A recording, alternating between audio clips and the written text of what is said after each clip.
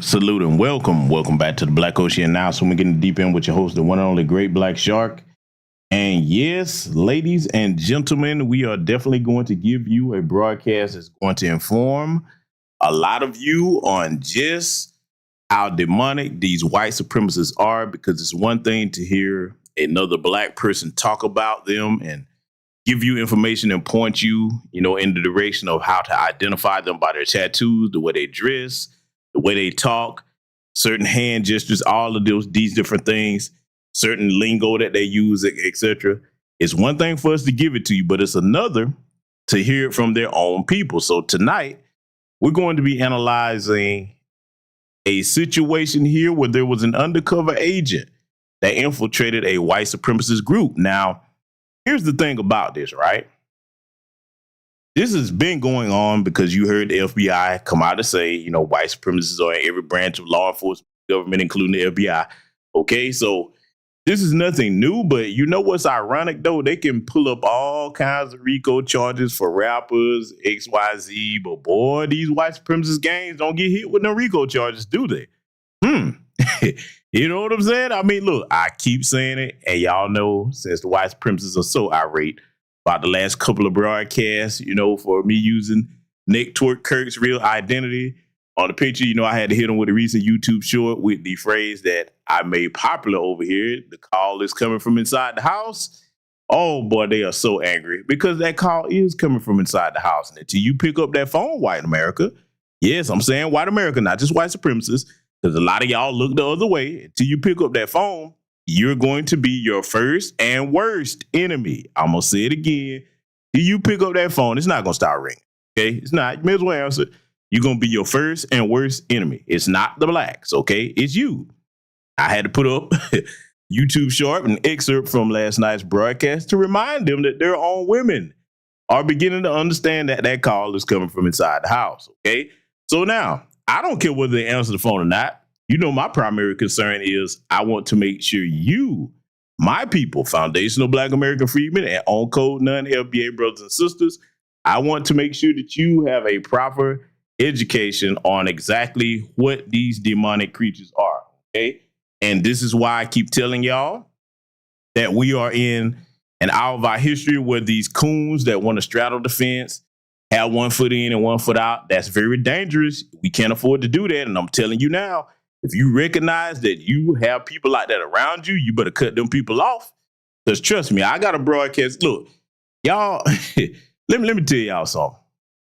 A lot of times, you know, when I try to plan, you know, the content that I'm gonna, you know, review here on the channel, etc., I think, okay, I've got this, and this lined up, and then something else comes across my desk. I'm like, damn it, I'm just not gonna be able to catch a break because I know I'm the only person that's gonna call this shit out.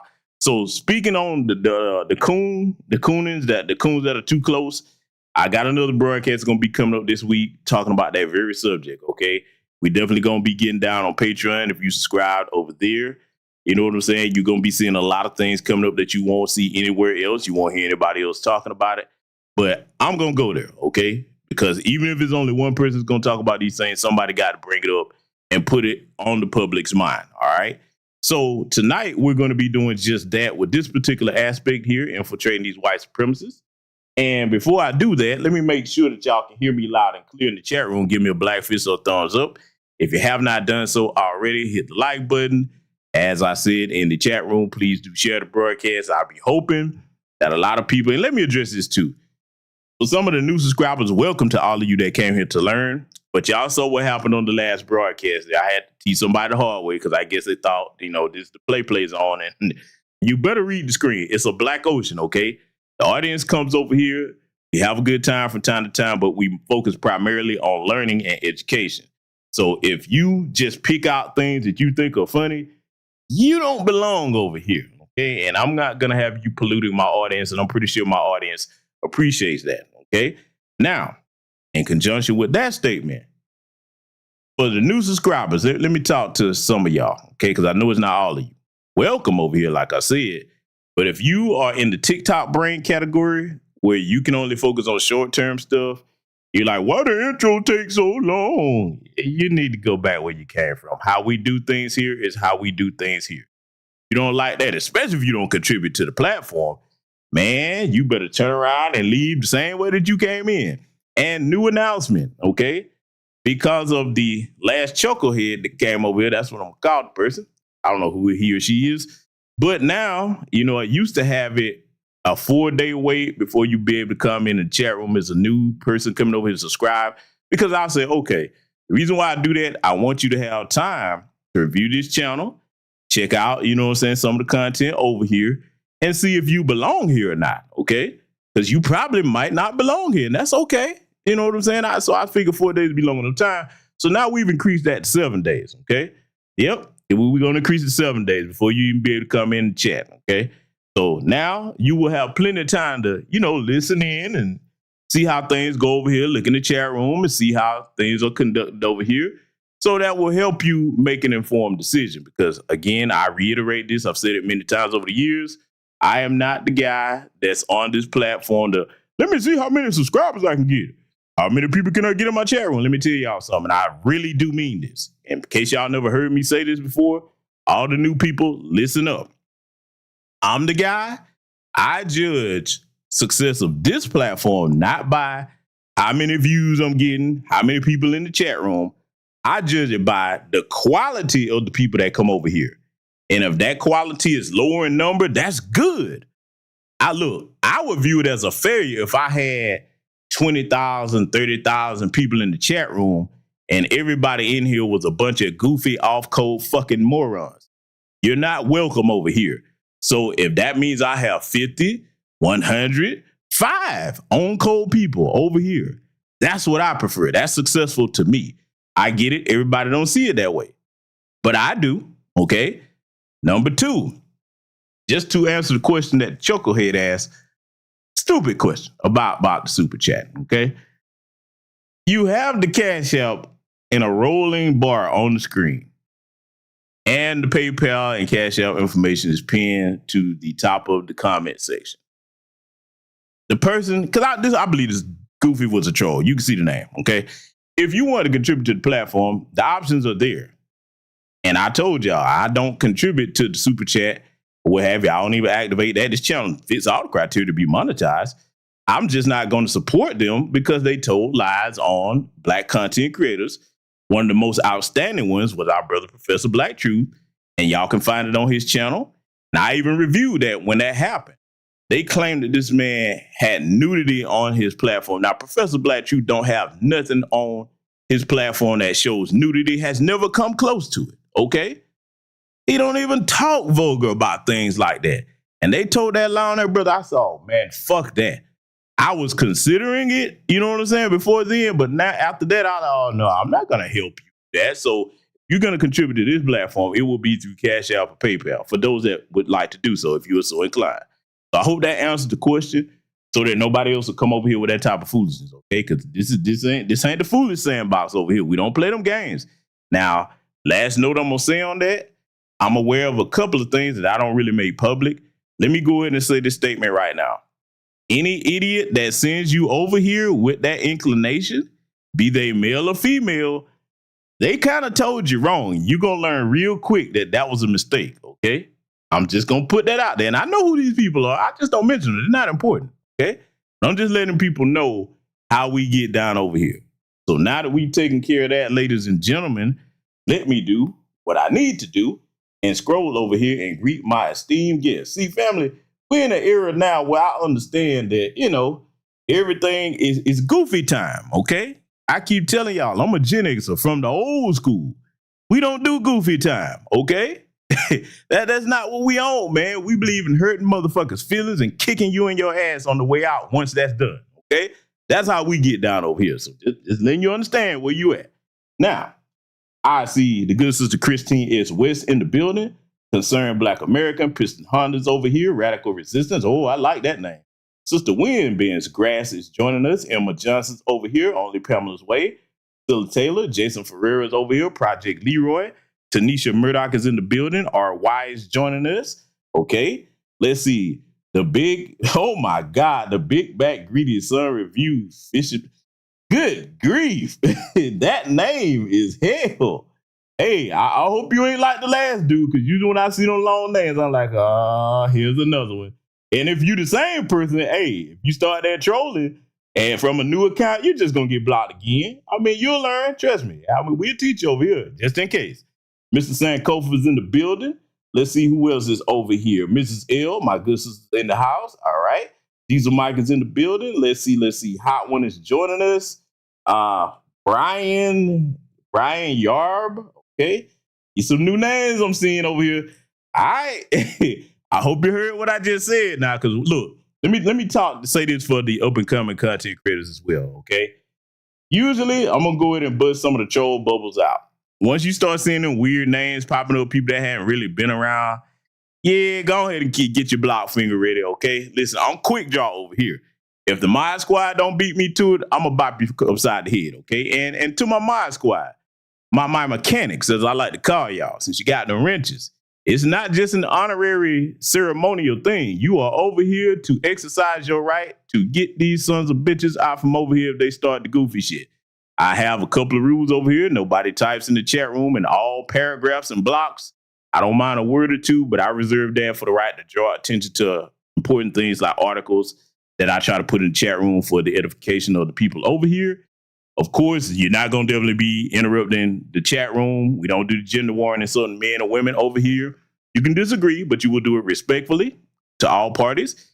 If you start your bullshit with me, I'm getting you out of here. So the rule, just in case my moderators don't know, hey, if you see anything off code in the chat room, you can remove certain comments without timing them out. You know what I'm saying? But if it's something goofy, give them, the short timeout warning, something more egregious.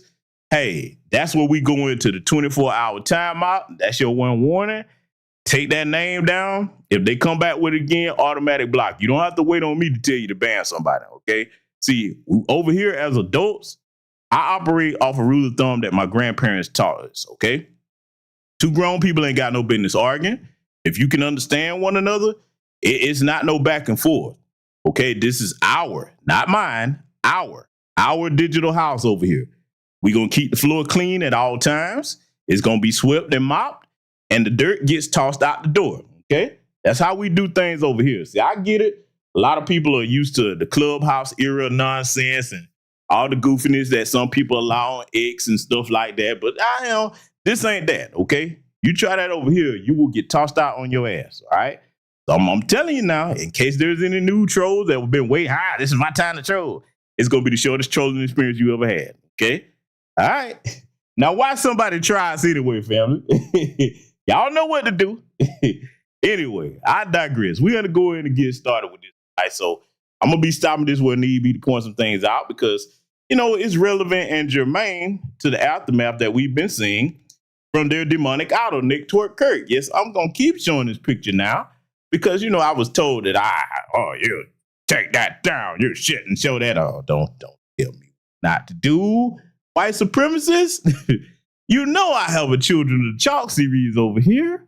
Oh, and since you did that, I got some more stuff coming because, family, another announcement before we get started here.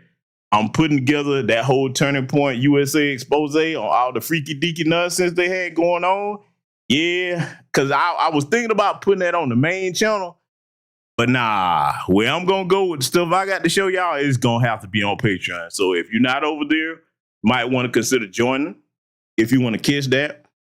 I will be probably dropping that stream maybe in the next couple of days because it's so much. I'm going to say this. I have a hell of a source. I'm not going to expose who it is. Yeah, all that Christian value shit, that's about to go right out the window what I got to show you. See, this is why I keep telling people, man, leave me alone, bruh. Leave me alone. Look, don't get my attention. For those of you that are long-time subscribers, you know what my background is. I'm very good at what I do. I was very good at what I did before I retired.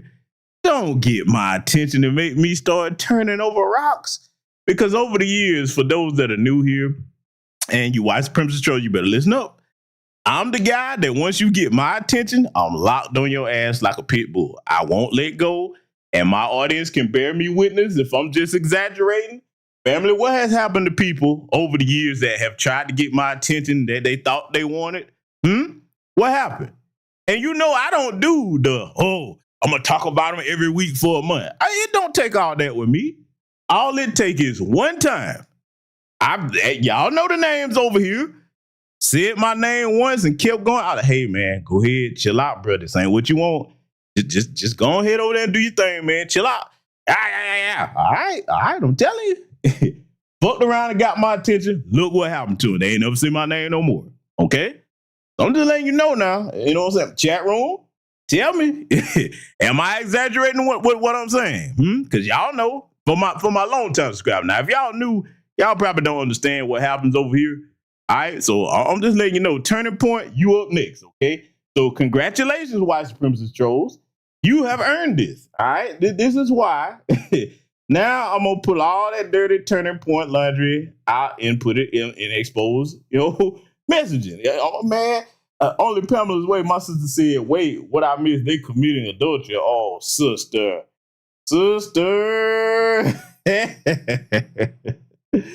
Oh, that's the short list, baby.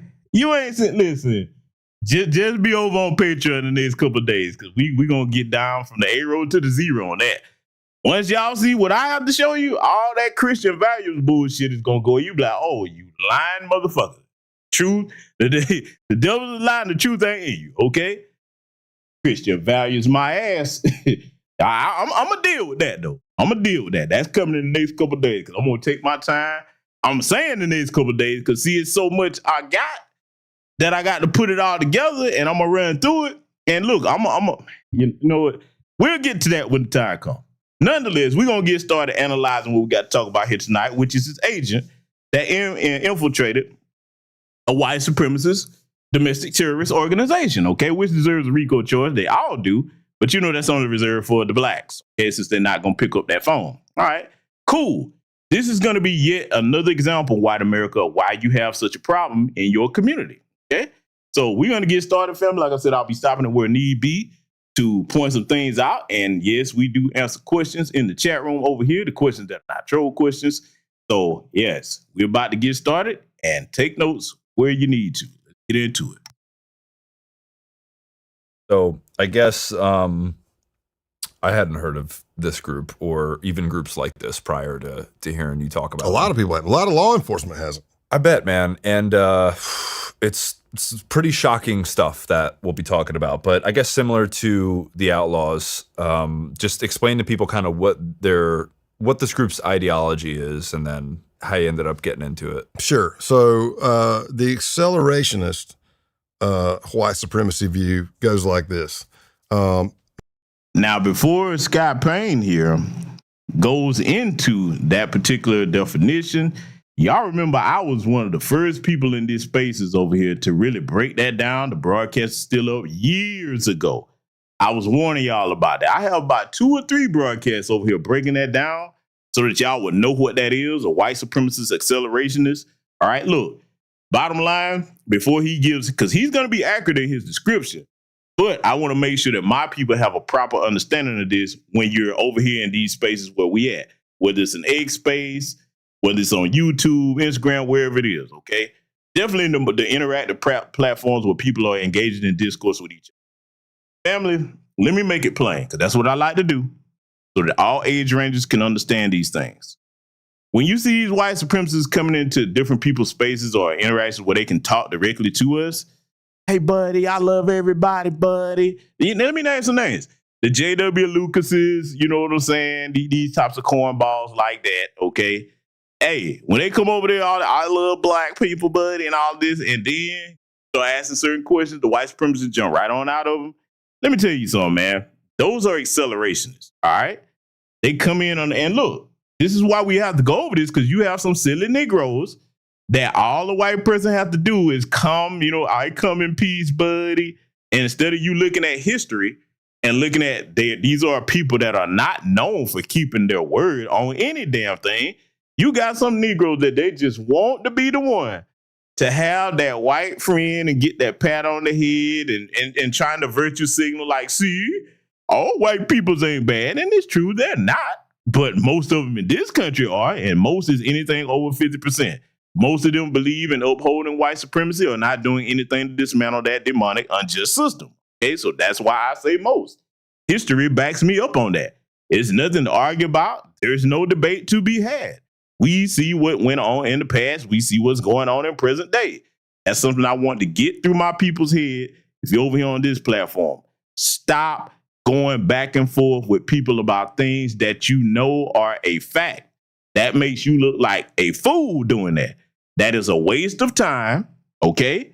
And it's designed for you to get engaged with them going back and forth so they can kind of reel other people in. Because see, like, here's the thing. The main thing about going back and forth with these white supremacists, you got to know history. You got to know how it correlates to present day so that when they start lying, you can take them lies apart. Because what they count on us being, and I got to go here, they count on us being the Negroes that, you know, the old vulgar white supremacist saying you want to hide something from a nigga, put it in a book, which is why they said that back in the day, because, you know, we couldn't read at the time. It was forbidden for us to read. They would kill us for reading. Okay, that's why they used to say that. But, you know, they count on us today being the type of black people that, all you care about is party bullshit, et cetera, et cetera. And salute to the good sister Janelle Holloway for the cash out. Thank you very much, my chocolate sister. I appreciate you. But see, they count on us being the type of black people that, you know, all we do is just pay attention to the hot Cheeto stuff, the love and hip hop, arguing about sports, rap, everything that a child or a teenager would pay attention to. Because unfortunately, you do have a demographic of people that are like that. So the white supremacists count on the greater majority of us being that way, which is not the case. And this is why when I'm on other people's platforms or what have you, and I come across them, I shred their ass to fucking pieces. First of all, I don't owe them any respect, nor do neither of you. You don't owe people any respect that have a disdain for your people and wish to see harm come upon our people. And then definitely people that spew lies about our people. I don't have to respect you. I refuse to do that. No intelligent black person would. So for all these virtue signaling Negroes that's out here trying to carry on like that, I ain't one of them, okay? We different. We built different, all right? So I'm just saying, that's why I carry myself the way I do. And I'm always going to do that. Because see, we're in times now, before I let the gentleman here go into his explanation of white supremacist accelerationism, we're in times now where as black men, okay, foundational black American freedmen men and on code 9 FBA brothers, we are in times now where the men need to stand up and have some motherfucking balls. You understand me? Yeah, I said it that way. And that does not mean trying to be cordial with everybody that you come across. There's a time and a place for that. Then there's a time to dispense with the pleasantries and put a foot in their ass, figuratively and literally if need be, if it come to that. You understand? See, one of the weaknesses that the tether class have, all right, and I'm not trying to kick their back in, but I just got to point this out. One of the weaknesses that the tether class have, particularly the continental African tethers, yes, education is a great thing, okay? It's very useful when you apply it the right way. But here's where education can be a drawback. Here's where being an intelligent person can be a drawback. Here's a weakness about that. Now, y'all pay attention. You probably never heard anybody break this down this way, but you're about to get it here tonight. Intelligence can be used against you if somebody figures out how to bait you into a time-wasting argument because you have an ego and they keep you going back and forth on pointless shit when the whole thing, the whole exercise is designed to waste time or distract you while other white supremacists are up to no good. You understand? See, this is why I keep telling y'all arrogance is not a strength, it's a weakness because it distorts your vision of the real world around you. And when you don't deal with the real world as it is, you are vulnerable. You are in danger. The minute that you are not aware of the way things actually are and you start perceiving them to be something else, you're in danger, okay? When you're dealing with a white supremacist, you are in a lot of danger, okay? So this is why I don't play them kinds of games. So you have very intelligent people. They know exactly what they're talking about. They can quote all kinds of things from different eras of history. Some people can speak multiple languages. Some people are literal polymaths, okay? Yes, they know a lot about a wide range of subjects. But what happens is, and this is something the white supremacists have mastered, they're like, oh, I see what your weakness is. You're a very intelligent brother or sister. I can play on that if I can bait you into debate me, bro. Let me tell you something, man. The height of intelligence is recognizing when you don't need to have a debate against somebody. Look, we don't need to prove nothing. The only person that needs to know something or need to prove something to is yourself and your community. If we already know something, what the hell are we going to argue with people about something that's a bona fide fact for? We're past that. Now it's time for us to marshal our energy together on solving these problems and protecting our people from these demonic white supremacists. And therefore, that does not include room for debate me, bro. Fuck that shit. You hear me? Seed, no ground. That's a phrase I have coined, okay? Yes, it's an old military phrase. Seed, no ground. That means that the ground that you stand on, your community, your family, your household, including our HBCUs, you defend that from all threats at all costs. You don't give up any territory to these adversaries. And a part of doing that is having the common sense enough to recognize when something is not up for debate. Let it continue. Number one, they hate the government. So don't think Republican, Democrat, right, left. That's not it. They hate the government. They want a Hitler's Germany. That's what they want, which is what a neo-Nazi usually wants anyway. But with accelerationists, they go about it by different means. An accelerationist is their views are this. They don't believe there's a political solution that can save the white race. They believe that society is going to collapse on its own or from man-made events, and they want to accelerate. They want to speed up the collapse of society because in their mind, when the collapse of society happens, then they can come in, clean house, and have their own ethno-state. That may not necessarily mean the entire United States, but I can tell you that when I was in the base, my cell, CELL, was looking at property. My cell and the Maryland cell were looking at property in the Appalachian Mountains. For those that don't know, because I want to make sure that the audience is clear on what he's saying, because some of you might be new to this. I did a broadcast, going back now, probably about 7 years ago, detailing all the white supremacist gangs in America, the major ones. So when he said the base, that's a white supremacist gang, all right? This is the one that he infiltrated. I just want to make sure that everybody's clear on the terminology. And if there's anything that anybody doesn't understand in the chat room, feel free to ask questions. I definitely participate and engage with my audience over here. This isn't one of those channels where people just, let the chat just be like, there's nobody over there. No, this is a classroom. Interactive. Okay, so get back into it. There was a Northwest, Midwest, Detroit, out of Detroit area in Michigan. They were looking at property in the Upper Peninsula of Michigan. The Pacific Northwest, they already had property. The leader of the base had property in the Pacific Northwest. So that kind of compound idea, we run our own thing. We are our own doctors and everything. Again, not a lot of afterthought on some of that stuff, but that's the idea. And they want to do it through like guerrilla warfare tactics. Now, does this sound familiar?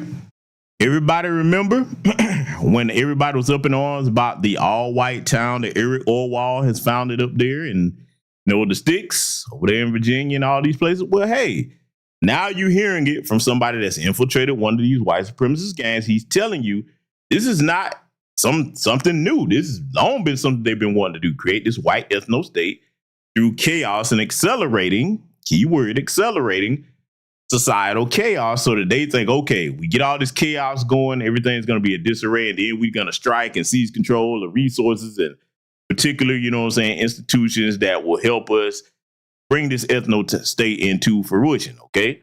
That's what the whole plan is. If you're on Patreon, I've told y'all about FM6 2003.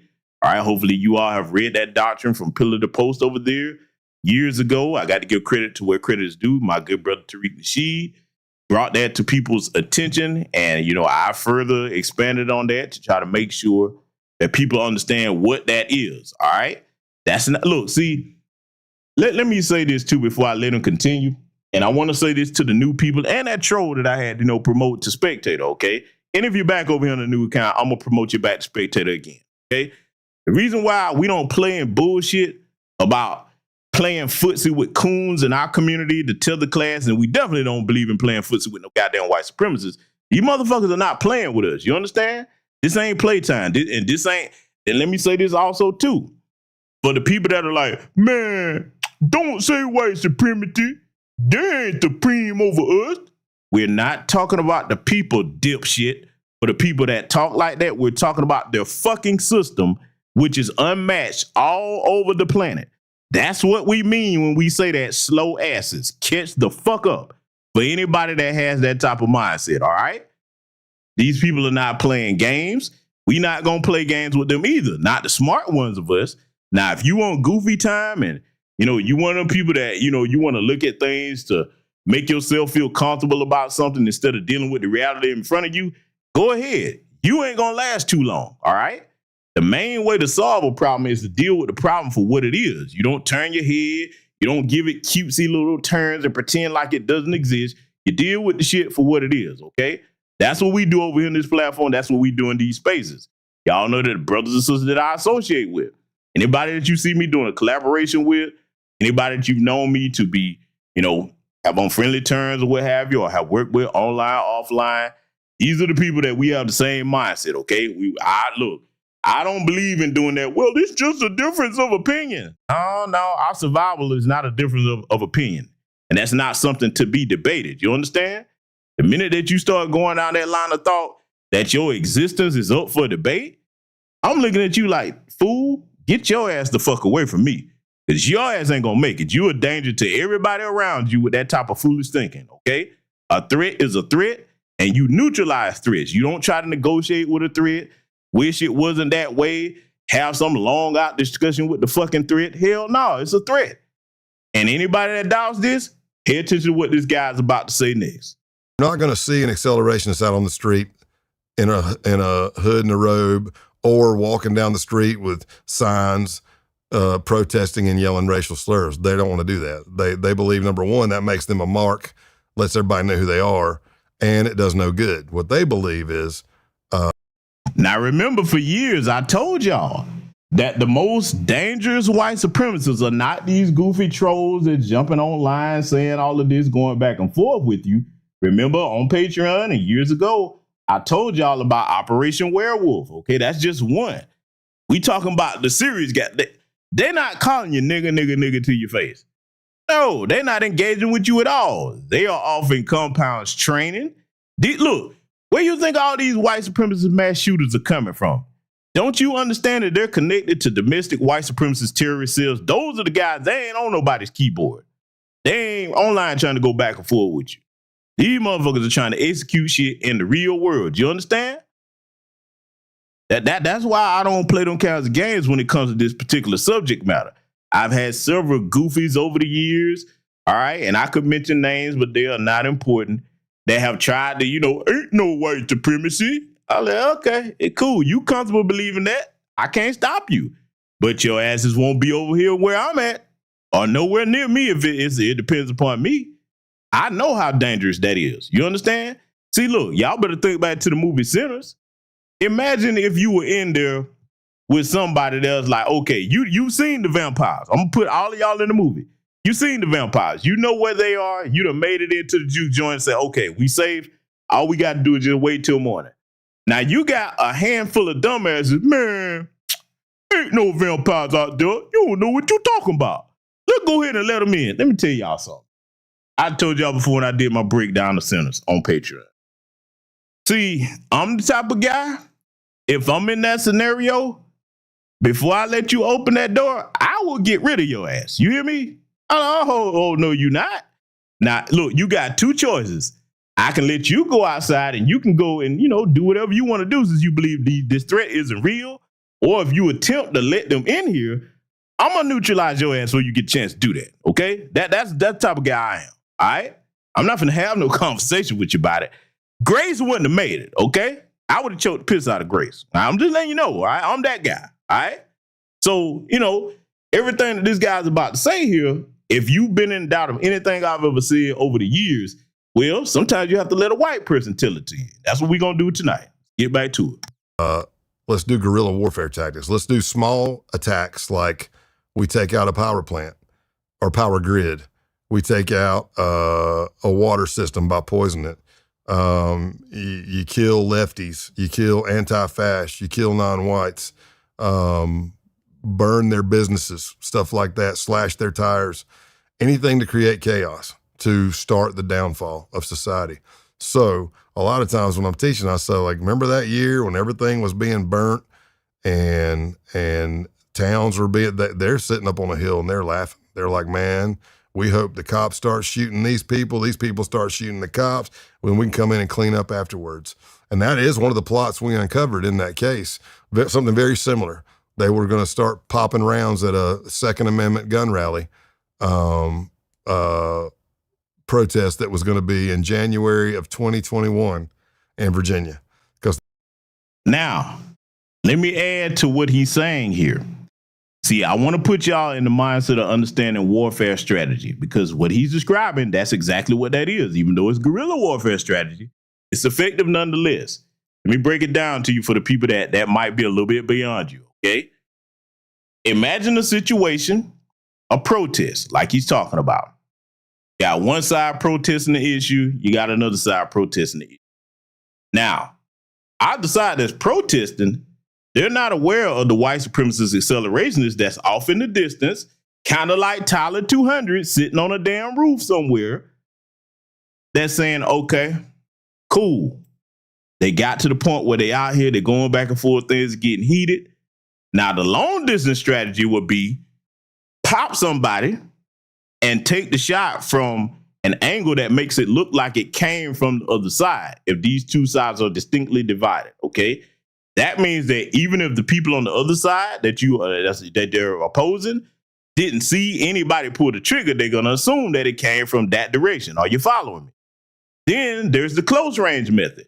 And this is something that we try to make sure that we're aware of in the black grassroots as far as the coons amongst us, okay? Because they've been doing this for a long time as far as these coons, whether it was Dr. Martin Luther King or our brother Malcolm X, anybody that you want to name, okay? Our good brother Fred Hampton, whoever you want to name, have always had traitors amongst them that look like them that are going to do what I'm about to describe to you next. You have the coons that can blend in, that look just like the people, okay? They go and start something, all right? And I'm going to be descriptive of what this looks like. Let's just say a brother or sister gets together and holds, an empowerment event or, something for positive discourse in the community, a positive purpose. Then you got somebody that come to that event and they start some bullshit on purpose, okay? Hoping to disrupt things.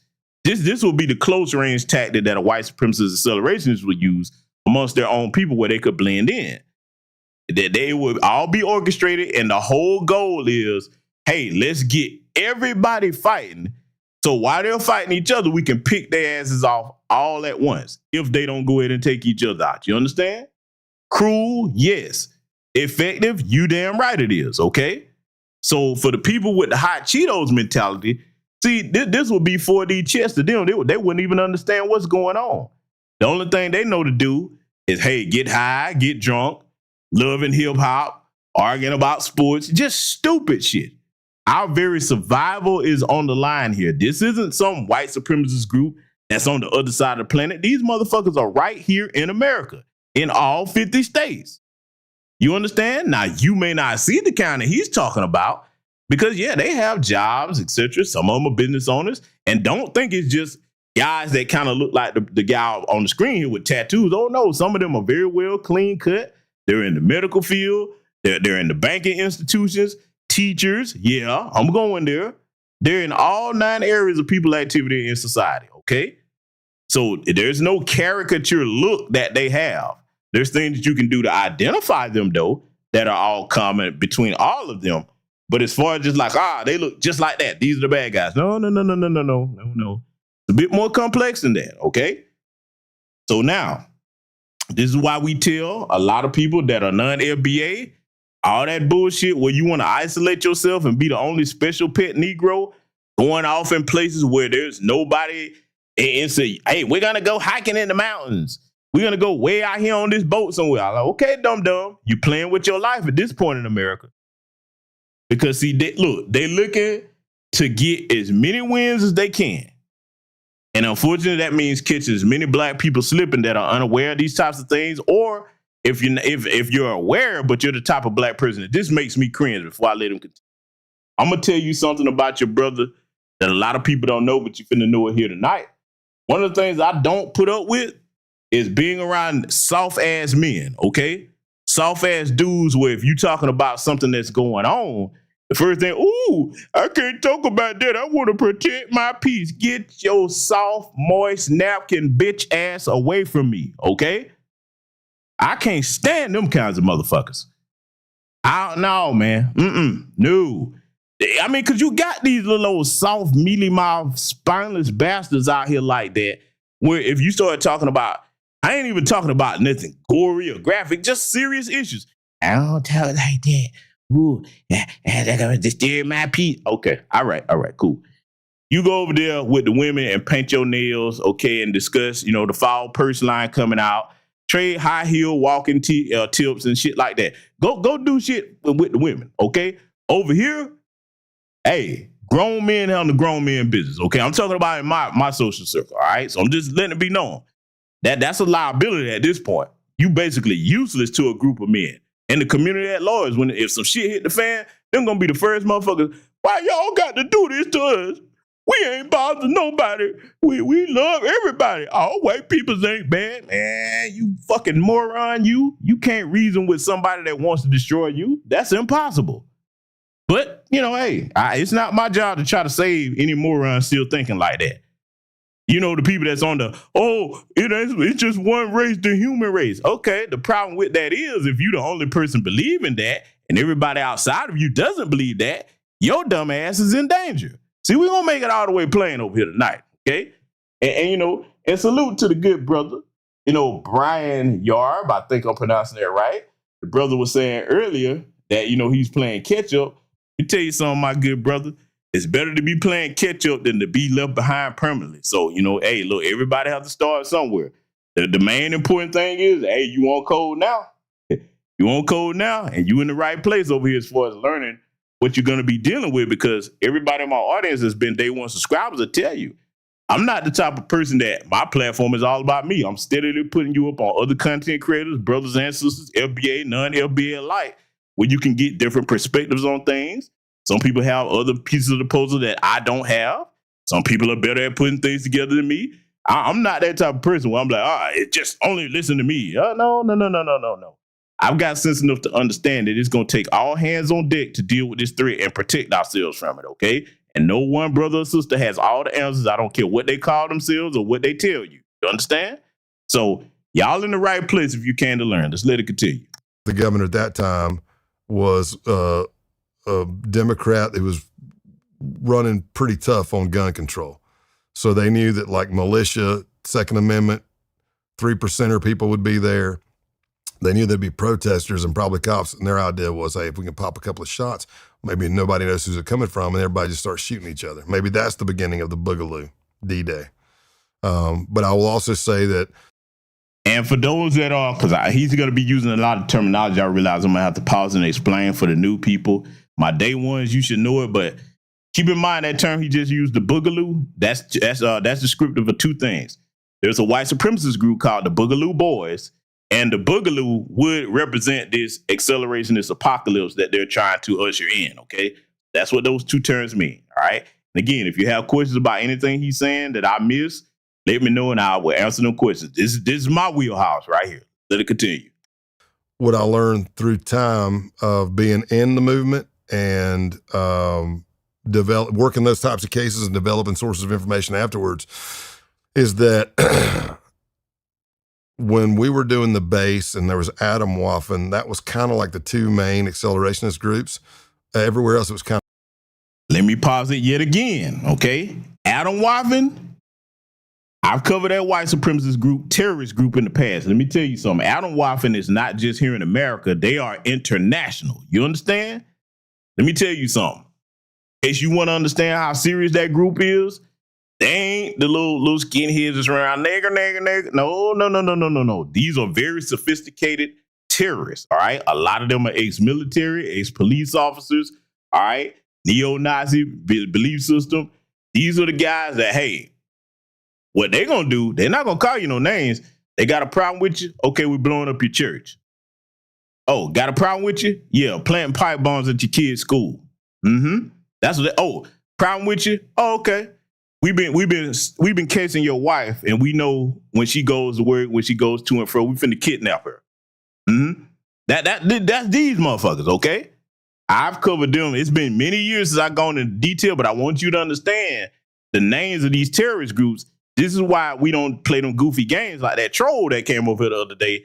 Oh, you mean we can't laugh in the chat room? Like, motherfucker.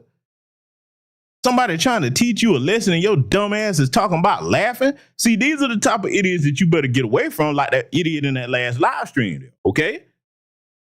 We are not in playing. And look, let me explain something too.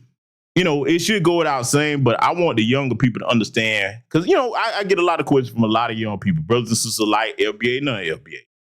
Let me tell you something. The reason why people play like that in times that are serious is kind of like the class clown back in school. That, you know, they're trying to overcompensate for shortcomings. In other words, the class clown back in school, the reason why the class clown would do that, this was probably the dumbest motherfucker in the classroom. But to overcompensate for that, hey, let me make everybody laugh. Everything is funny all the time. Then the other end of that would be a person that's afraid, especially a male. You know you don't have no solutions to the problems that people are discussing. So, hey, guys, don't pay attention to these problems. It's clown time. That kind of motherfucker, okay? That right there, boy, hey, I have zero tolerance for that shit. You got a group of men talking about serious discourse, whether it's business, finances, okay, getting our education together, deciding what we need to do to protect ourselves from a literal threat, and you got the one jackass that come around joking and playing all the time. I don't have the stomach for that shit. I was raised by men, okay? Old school, rock solid, stand up, straight laced men. When it's time to be serious, all the jokes stop, okay?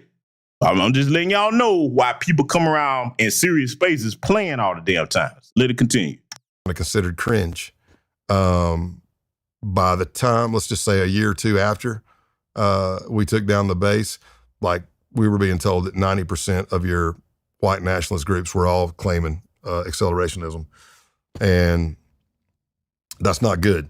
And also, in most accelerationist groups that I was aware of, if you scratch the surface enough, whether they say they're pagan or the Christian identity, most of the ones I interview were pagan, but that's not to say that they're pagans for real. Just like white supremacists take the Bible to come up with the stories for Christian identity, which is not Christian, it's not Christ following, it's called Christian identity. It was totally white supremacist. They were doing that with paganism.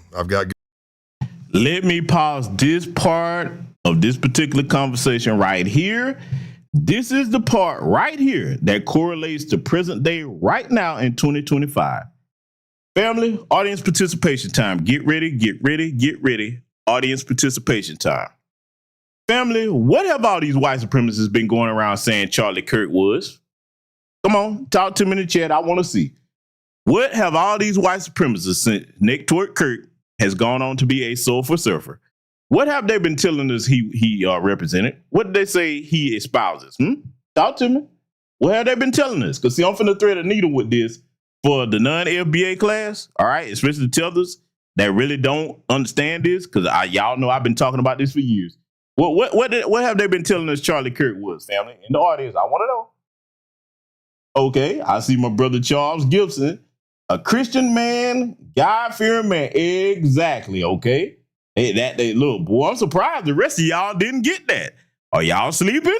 Is Charles Gibson the only one that's awake over here, family? Okay, because he definitely got it right. And when I ask a question, I'm talking to the audience. That's what I kept saying, audience participation time. Y'all better wake up over here. Man, listen, they've been telling us Nick Twerk Kirk was a Christian man, Christian values. Oh, he believed in the Lord. Just because you say Jesus, that makes you a Christian. See, this is where they get to tether class with misuse of religion. Because like, this guy right here just said, hey, it's not Christian. It's white supremacist identity talk.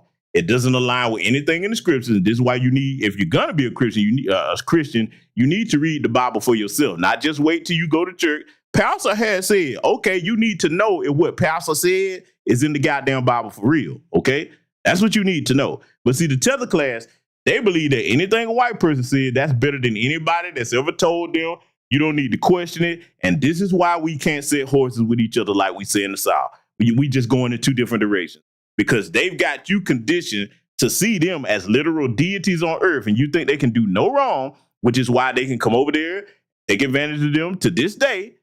This is why you got some of them that still think they're subjects of the British crown, and some of their nations are willingly a part of the British Commonwealth. I've gone over this many times, all right? When your mind is that far gone, hey man, we ain't all brothers and sisters. No, your ass is going, look, because the reason why we can't be, we view the system of racism and white supremacy in different ways. We see it as something to dismantle and replace with a system of justice. You see it as something to capitulate to. Hence all the little comments, we work harder than you lazy niggas. No. What you do, you come over here and work for a lower wage and damn near work yourself to death. And you think that just having the basic amenities in society is being successful. Whoop de fucking do. Just because you came from somewhere where your electricity don't stay on and you don't have clean running water, that doesn't mean the rest of us are supposed to just accept that like, oh, well, we got running water and some electricity, we good. Hell no. This is the country that we built. We going to have an equal share of this country. It's going to be fair for everybody, and we can all prosper together. Or hell, hey, and nobody going to have any goddamn thing. That's what we had with it. No, we're not accepting a two-tier justice system. We're not going to sit up here and be mistreated and then just go along to get along. That's what you Fleabag tethers do, for those of you that are tethers. And all black immigrants are not tethers, just to be clear. The tethers would be the Myron Gaines, the Candace Owens, etc. And for anybody that's new, why y'all got coons, you're right. We call out our Jesse Lee Petersons and Larry Elders, etc. We don't sit there and look the other way on that shit. Because like I just said earlier, we understand when something's a liability and a detriment to the group, okay? Yes, white supremacy is something that we view different. You tethers, you think it's something that you ignore, which is why all of them been going along with the whole disrespectful comments about our queen mother and ancestor now, Assata Shakur. Assata Shakur was a criminal. Just because look, this is why people can't respect you, tethers. All you do is parrot what you hear white folks say. If white folks turn around, the greater majority of them and say, hey, black people should get reparations, your punk ass would be saying it. Not because you believe it, because you think that's what's going to ingratiate you to white society. You represent, I've said this many times before, you represent the rodent or the roaches up under a refrigerator hiding all day long, waiting till the lights get cut out so that they can run from under there and try to find what are the crumbs that dropped on the floor. That's what you are. Your entire existence is built off of trying to scurry out from under something and see what crumbs you can get. You have no dignity, you have no intelligence, you have no integrity, you have no honor. And we don't live like that. We don't come from that, okay? So for the people that don't have sense enough to rise up and oppose their oppressors, hey man, that's what you want to do. Just keep that shit over there. And we gonna make you keep it over there with delineation. That look, all of us are not gonna be light-handed about that. Some of us gonna draw that line in the sand, like, okay, if you fuck with this, your ass belongs over there. That's what we at with it, ladies and gentlemen. It's as cut and dry as that. Let's let it continue. Good friends who are pagans, peaceful, spiritual people, and what the white supremacy movement was doing with that, kind of like Hitler. He was looking at Norse mythology and stuff like that as well. They're taking it and twisting it to their own ideology. But what we found is if you scratch enough in a lot of these groups, there's usually a member of Order of Nine Angles, or there's some other groups out there now. And let me pause it again, because see, I'm gonna make sure that y'all are aware of each white supremacist gang that he references. The Order of Nine Angles, or O9A, that is another serious white supremacist terrorist group, but they're more into the occult. So look, let me tell you where they would be mostly targeting people, okay? Whereas Adam Waffen would be professional terrorists, O9A, they believe in pulling off terrorist things too, but let me tell you what they would strike at. These would be the low-life bastards that would go and target people that are homeless, especially black people, whether it's in LA, New York, or wherever they can find them. They're like, okay, ain't nobody gonna miss you. They would get them, abduct them, and do some of the most horrific things ever to them in these little blood rituals and things that they have. They're big into the organ harvesting and black market or organ harvesting market, right? That they're big on that. And their primary targets would be homeless black folks, because if you don't know it or not, our organs are the most prized on the black market, okay? And in the legitimate medical field, when people eat, somebody could be the most stomped down white supremacists ever. Their doctors would tell them, like, look, if you need an organ transplant, it's best to get this from a black person, okay? So that's what O9A would mostly do. That's what they and look, man, let me tell you something. For you bed bugs and bed wenches, let me talk to you. you are in the most danger. You know why? Because one of their main tactics to try to isolate victims is to pretend like they want to live with you. Yeah, you get to screw them. But let me give you a scenario. If they get you off somewhere, Becky done convince you or Brad done convince you, to come on up and have a weekend in the cabin in the woods. And yeah, you think you finna have a good old time, okay? Oh, you just gonna be rolling in all kinds of mayonnaise, having all kinds of, Caucasian-fied, you know what I'm saying? Snow bunny fun, snowman fun, whatever you want to call it. You think you finna have a good time. Then they get you up there, boy. Next thing you know, hey, some little hooded figures show up and kick the cabin door in, and here you go. Yeah. And what I'm saying, I'm not being facetious. That's somebody's reality right now. Unfortunately, as we speak, there's some dumb bedbug or bedwench that set up here, isolate yourself with them folks, because they know if they kill you, ain't nobody going to ask questions as long as you with a bunch of white folks. Now, if it was a bunch of black people and a white person gets somewhere with us and don't come back, oh, no, they're going to move heaven and earth. They're interrogating the toddlers. Yeah. But if it's the other way around, and if it's one of us and a bunch of them, oh, well, I know the people that they were with. They're good people. They wouldn't do. Hey, Lawrence Smith Fields, anybody? Huh? Well, what did they do with that? You know they never did nothing to that guy, right? And there's been many other situations. Same thing on the end with you bedbugs, huh? So I'm just letting you know, this fetish that you have to be laying up with them folks, you better be careful, because some of the main ones that you attracted to, yeah, they're in these white supremacist gangs, and you don't know exactly what you're dealing with at all, okay? You really don't.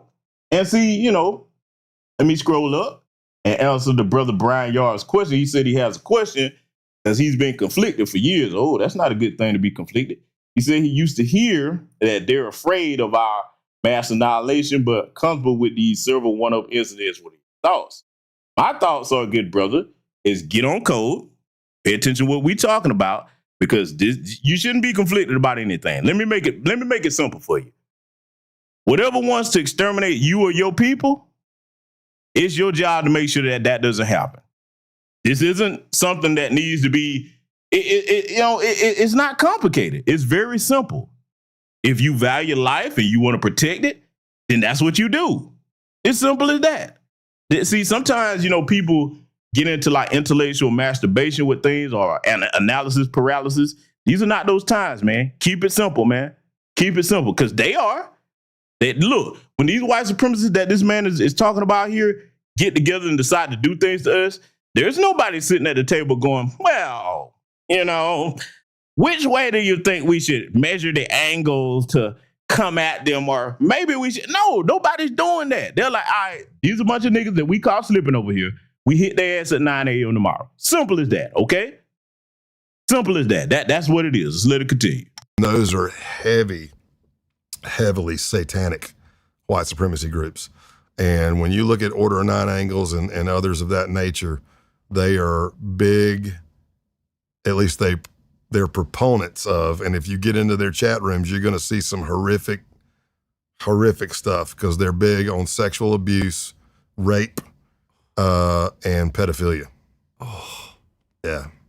Like big on it, like how or why? Like advocating for it. How do you, but what's the justification there? I didn't. Fortunately and unfortunately, I didn't get to infiltrate one of those groups. But yeah, I mean, this coming out more now. It's just satanic stuff, man. So if I'm painting it into the siege culture, which is that accelerationist view, probably when the boogaloo happens, they're saying they're just gonna rape kids and women all they want. Now, this is a very important part of this that he brought up, because we've been saying it for years. But again, there's a class of people, most of y'all not over here, but there's a class of people that they don't believe it until a white person says it. Well, this is a white man whose job was to infiltrate these gangs, okay? And he's telling you, just like the FBI and the crime statistics say and show, the Alabaster men have a propensity and a compulsion to prey on their women and children in perverse sexual ways. Okay, that's what they do. This is what they sit around thinking about. This is why their own women now are starting to come out and talk like the lady in the latest YouTube short that I posted up. Because see, look, there gets to be a point where even for, a small percentage of them, now more and more of them, especially women, are starting to realize that, especially if they love their children, they're starting to accept things for what they really are. And if you value your life, even if you've been trained, okay, this is what we just kind of go along with, it's white supremacy over everything. People that actually have common sense are like, wait a minute, this was cool until it started harming us. No, we can't go along with this, okay? And it doesn't mean that they love black people. They realize that, hey, they're in danger too. So don't be fooled by these white women coming out talking like that. You understand? I definitely don't trust them, but hey, they realize what's going on. They realize who the threat in the community is. The call is definitely coming from inside the house. Some of them are starting to pick up that phone, okay? Again, whether they do answer that call or not, I don't care.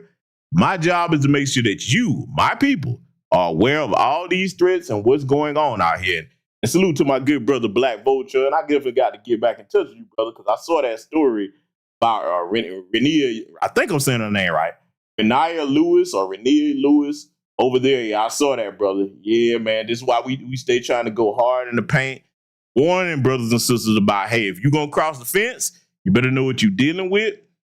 Look, I'm one of the people that I say, look, if you're going to date outside your race, because grown people going to do what they want to do.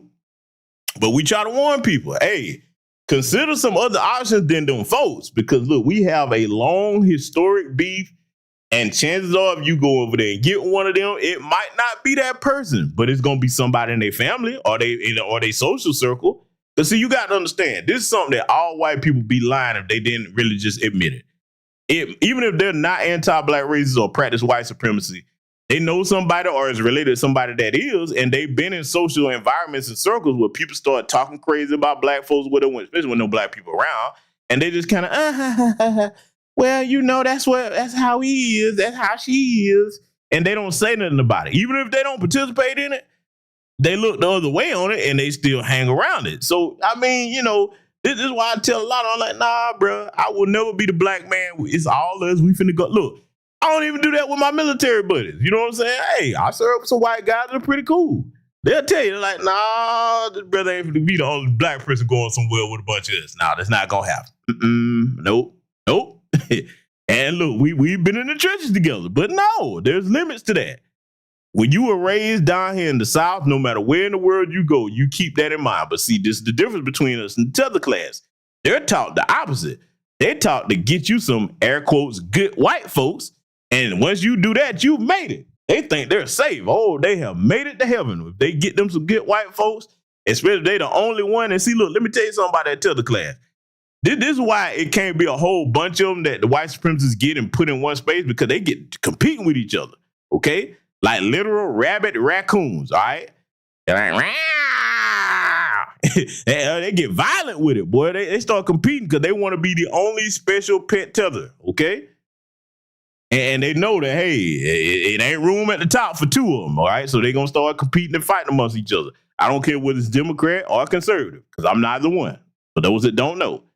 But I'm just letting you know they're taught much different about how they see them folks than us. They're taught, the men and the women in a lot of their countries, I tell the class, come from these different Caribbean and African nations, they're taught, hey, if you can marry one of them, whether you're male or female, you've done it. You have brought the family to a new state of prominence. If for nothing more than just you can walk around and be seen with one of them. Okay, I know that's a pathetic way to think, but this is what goes on. And they know it too. Let it continue. Because people on the base said that. They were like, hey, because I told them, I'm like, hey, I asked, hey, I see we're always talking about this. We're going to get our own ethno-state. We're neo-Nazis. Yeah, bam, bam, bam, bam. I haven't heard you guys talking about me getting our own compound or getting our own ethno-state. I haven't heard any of you guys talk about procreation for the white race. You know what I mean? And I've Now, he just brought up a good point there in the answer to good sister Mrs. L's question. I think this was a couple of years ago. It wasn't a long time ago. And you know what? That's something I should have included. But I want to say it's within 2 to 3 years ago. You know what I'm saying? It's not that long ago. Okay, this is recent, in other words. But here's the thing.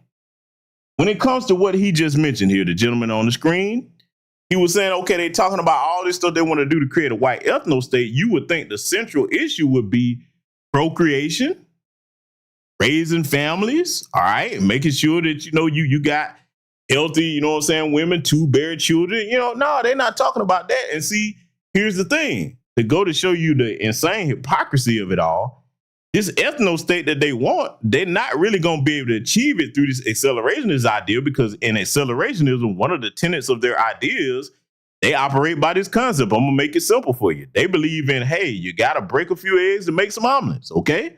Which means, unfortunately, the eggs that they're breaking, hey, that means if you got to go and shoot up a school full of children that's white, sometimes you got to do it. If it means going to a church and shooting up some little old white ladies, hey, sometimes you got to do that too. If it means catching somebody slipping and you in a boat and you do yourself a boat drive-by, hey, sometimes you got to do that too. So, look, it's a demonically schizophrenic ideology that they have. It's never going to work. But like he's saying, you would think that their central issue would be, hey, we having some problems. You know what I'm saying? We need to get off these drugs and these opioids, because that's a big part of what's stunning their fertility in both ends. That's why they can't really procreate like that. Their body's all fucked up off all these drugs and a whole bunch of other things. So you would think that they would have a big movement to try to push that and be, drug free so they could procreate and get their numbers up. But no, that's too much like right. So, that's why they do what they do. You know what I'm saying? That's why they do what they do. And you can't really, reason with this type of demonic insanity. Okay. And the brother Brian Yard says, added to his last comment, they always have a fresh, continuous batch. Also, those children are impressionable that breeds future tethers, bed winter saddlebags. Exactly. They do. They definitely do. You know what I'm saying? They definitely do. And see, here's the thing. When it comes to what they got going on, as cruel as this sounds, hey, man, you know me. I'm sitting back like, yeah. Hey, yeah, they like it. I love it. I'm not going over there like, hey, guys, don't do that to yourselves. I'm like, hey, man, that's in their community. Only thing I want y'all to do is be aware of what's going on in their community. But am I going to be able to, all right, let me put the cape on and save the white folks? Nope, that's not my job. They are not my people, okay? That's not my issue, not my problem. They got to get that together on their own. It's up to them to pick up that phone and answer that call that's coming from inside the house. Let's let it continue. Got a woman, but she's not being shared. So, and that's when the two of them were like, oh, we're just going to rape the women. And I went, and I smirked. And I looked at the one guy who had a girlfriend and I go, you guys don't have a lot of experience with women, do you? And they're like, well, what makes you say that? And I go, that might work for a little while, but at some point you're going to have to go to sleep and you might wake up missing a few parts, So, yeah, but it just gets dark. You can just see some really bad stuff. So we started hearing about the base, I think originally from our World Working Partners, because it wasn't just American. It was a worldwide, transnational ties. I mean, we had members in the base. It ebbs and flows. Some come in and leave, but we had members in Australia, Canada, South Africa, Germany, UK, I think Norway too. Now, this is another part that's very important here that I want to emphasize to my audience, and hopefully to tell the class that's listening, the RJs, the Mushmouth, Tether, Elmer Fudd, Wasis, Donald Trump, you come lecture my people, man, get yourself, get that speech taken care of, okay? That speech issue that you got going on, that impediment. But see, to tell the class people that think you know so much, when you hear us say white supremacy is global, this is what the fuck we're talking about. We're not just saying that to try to fearmonger like, you Democrat shields and Republican shields. We don't do that. We're telling your dumbasses that white supremacists, no matter where they're from on this planet, even the ones that have historic beef with each other, hell, the Germans and the Russians don't traditionally like each other. You know what happens when they get on cold and we're in the room? They're like, hey, little minor differences, fuck that. We white, they black. And that's what it is. It's as simple as that. Whether it's the UK, South Africa, you see how Elon Musk came over here and got on code with Donald Trump. And see, look, that little beef, that little dust up they had. Hey, Elandra put that on the table because they was at Nick Twerk-Kurt's memorial service together. See what we try to tell your dumbasses tethers when you get over here, especially the ones of you that start leaning to the right side, to it's the Jews, man. I'm like, no, dumbass, because the Jewish white supremacists will put all them beefs aside and get on code with everybody that's not Jewish, practice white supremacy against all of us, okay? And it's international. He ain't making this shit up. I know because I seen it during my tenure in the military, okay? He ain't making none of this up. So see, when they come over here and they start trying to lecture us about these kinds of things, sometimes, like I said, you have to let a white person tell it to him. He ain't done yet, though. Let's let it continue. Yeah, popping in. So how do you end up getting into the base? Well, they were actively recruiting, as they always did, which is another scary thing. Kids gaming online, or you're hitting these things where you're like Discord, Telegram, Gab. There was Wire, Riot, Threema, 4chan, 8chan, 12chan. There's all kinds of stuff. There's probably well more now. But all of those kind of sell as being encrypted, kind of like a WhatsApp kind of thing. So being encrypted, and you can do vocal calls on it, or you can talk, or you can just post. And if you're on my Patreon, and salute to the good brother Black Vulture, see, it was even more recent than that. It was about 3 months ago, according to our good brother Black Vulture. So I'm glad that he let y'all know that. See, this is recent here. All right. But see, in addition to what the brother's saying on the screen, well, the guy's saying on the screen here, these different little communications, if you're on my Patreon, you know, I pointed out several of them that a lot of people don't know about, that they go on, it's encrypted, and this is how they plan those mass shootings, okay? Well, it's the Tyler 200s or the Peyton Genders or whoever. And this is why they leave their little manifestos behind. They try to scrub that kind of stuff. Instead of, see, look, let me say this too about these white supremacist mass shootings to go to show you how they really don't want to stop this stuff. If they did want to stop it, instead of hiding the manifestos and we have to track them down and try to save them before they scrub the internet of them, they would be putting that out and saying, okay, this is a public safety issue, so we need to put this out so that the public recognizes it and be able to see what's going on with this, so that you recognize if anybody starts acting this way or starts talking like this, they will put it out. Now they try to hide it because it's their community. Now let's flip it. If this was a bunch of black kids running around doing exactly what they doing, shooting up the place, oh, they wouldn't hide nothing. This is what these niggers are up to. Oh, they will put everything out. If you see this, say something, oh man, they will put it all over the place if it's us. But when it's their people, their whole problem in this country and around the world is their dirt. They just keep sweeping it on the rug, until it builds a big ass lump in the middle of the rug. And then they're going to still try to sweep more dirt up under it. But unfortunately, they ain't got no more room to sweep no more dirt now because, hey, they're being forced to recognize that they have a white supremacist male mass shooter problem amongst other things in their community. It ain't got nothing to do with the blacks. Let's let it continue. I'm not saying that, of course, all of that's not set up for bad things, but I'm telling you, bad people go there to use that stuff. So they were recruiting actively on Gab, and I went in there and I answered some of their stuff. They always left their email at the bottom, and save your race, join the base, show some training, and then there would be a propaganda video for recruitment. And once I got in the group, the standard was this: every video we did for propaganda had to be better than the last one. That was the rule. It's got to be better than the last one. Got to be bigger and better to recruit more.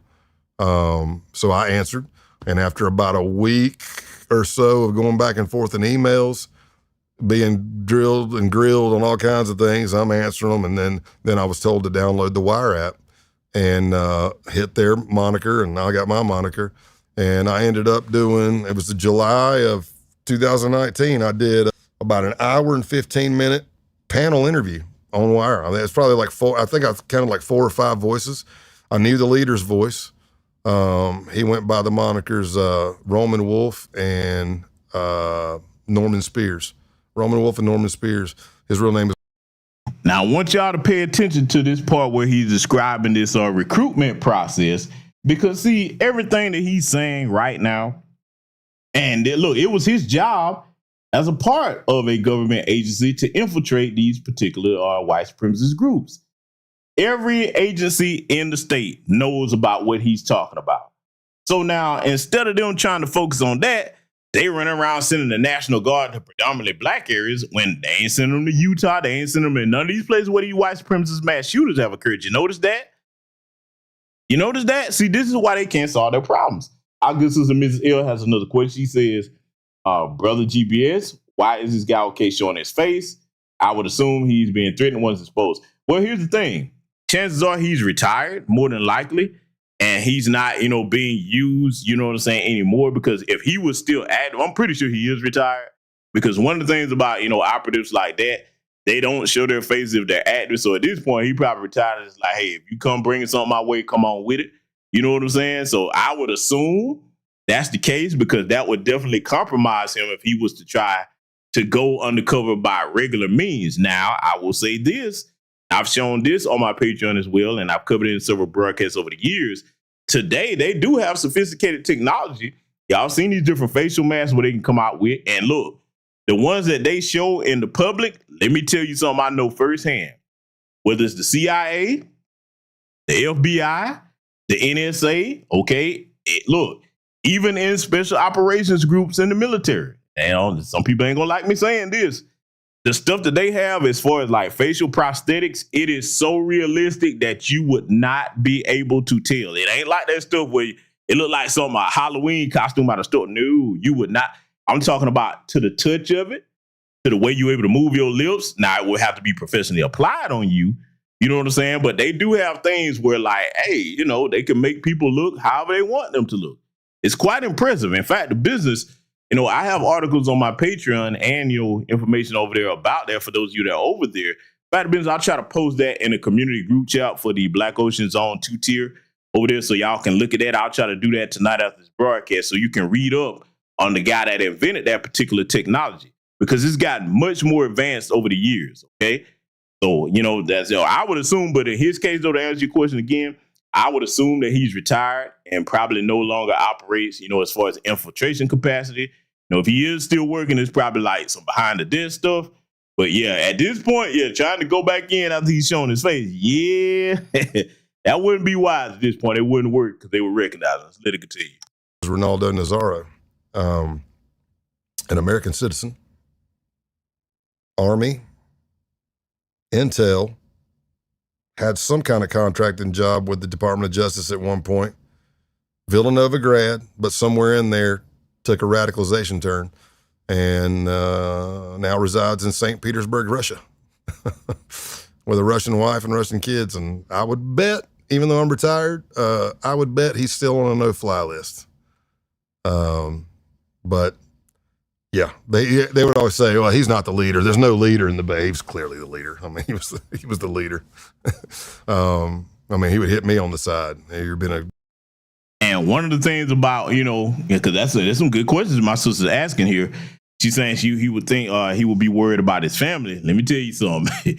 Retired law enforcement, retired military. Yeah. That wouldn't be a wise thing for them to try, because he still got help, you know what I'm saying, in law enforcement. Definitely being a white man, yeah. Chances are he when he retired, before he retired, he probably made sure that wherever he's living, it's probably in an area where if you tried to sneak up on him, yeah, good luck with that, okay? I know, because I know where my homes are and how I live, okay? But, I would imagine that, he's like, come on over here if you want to.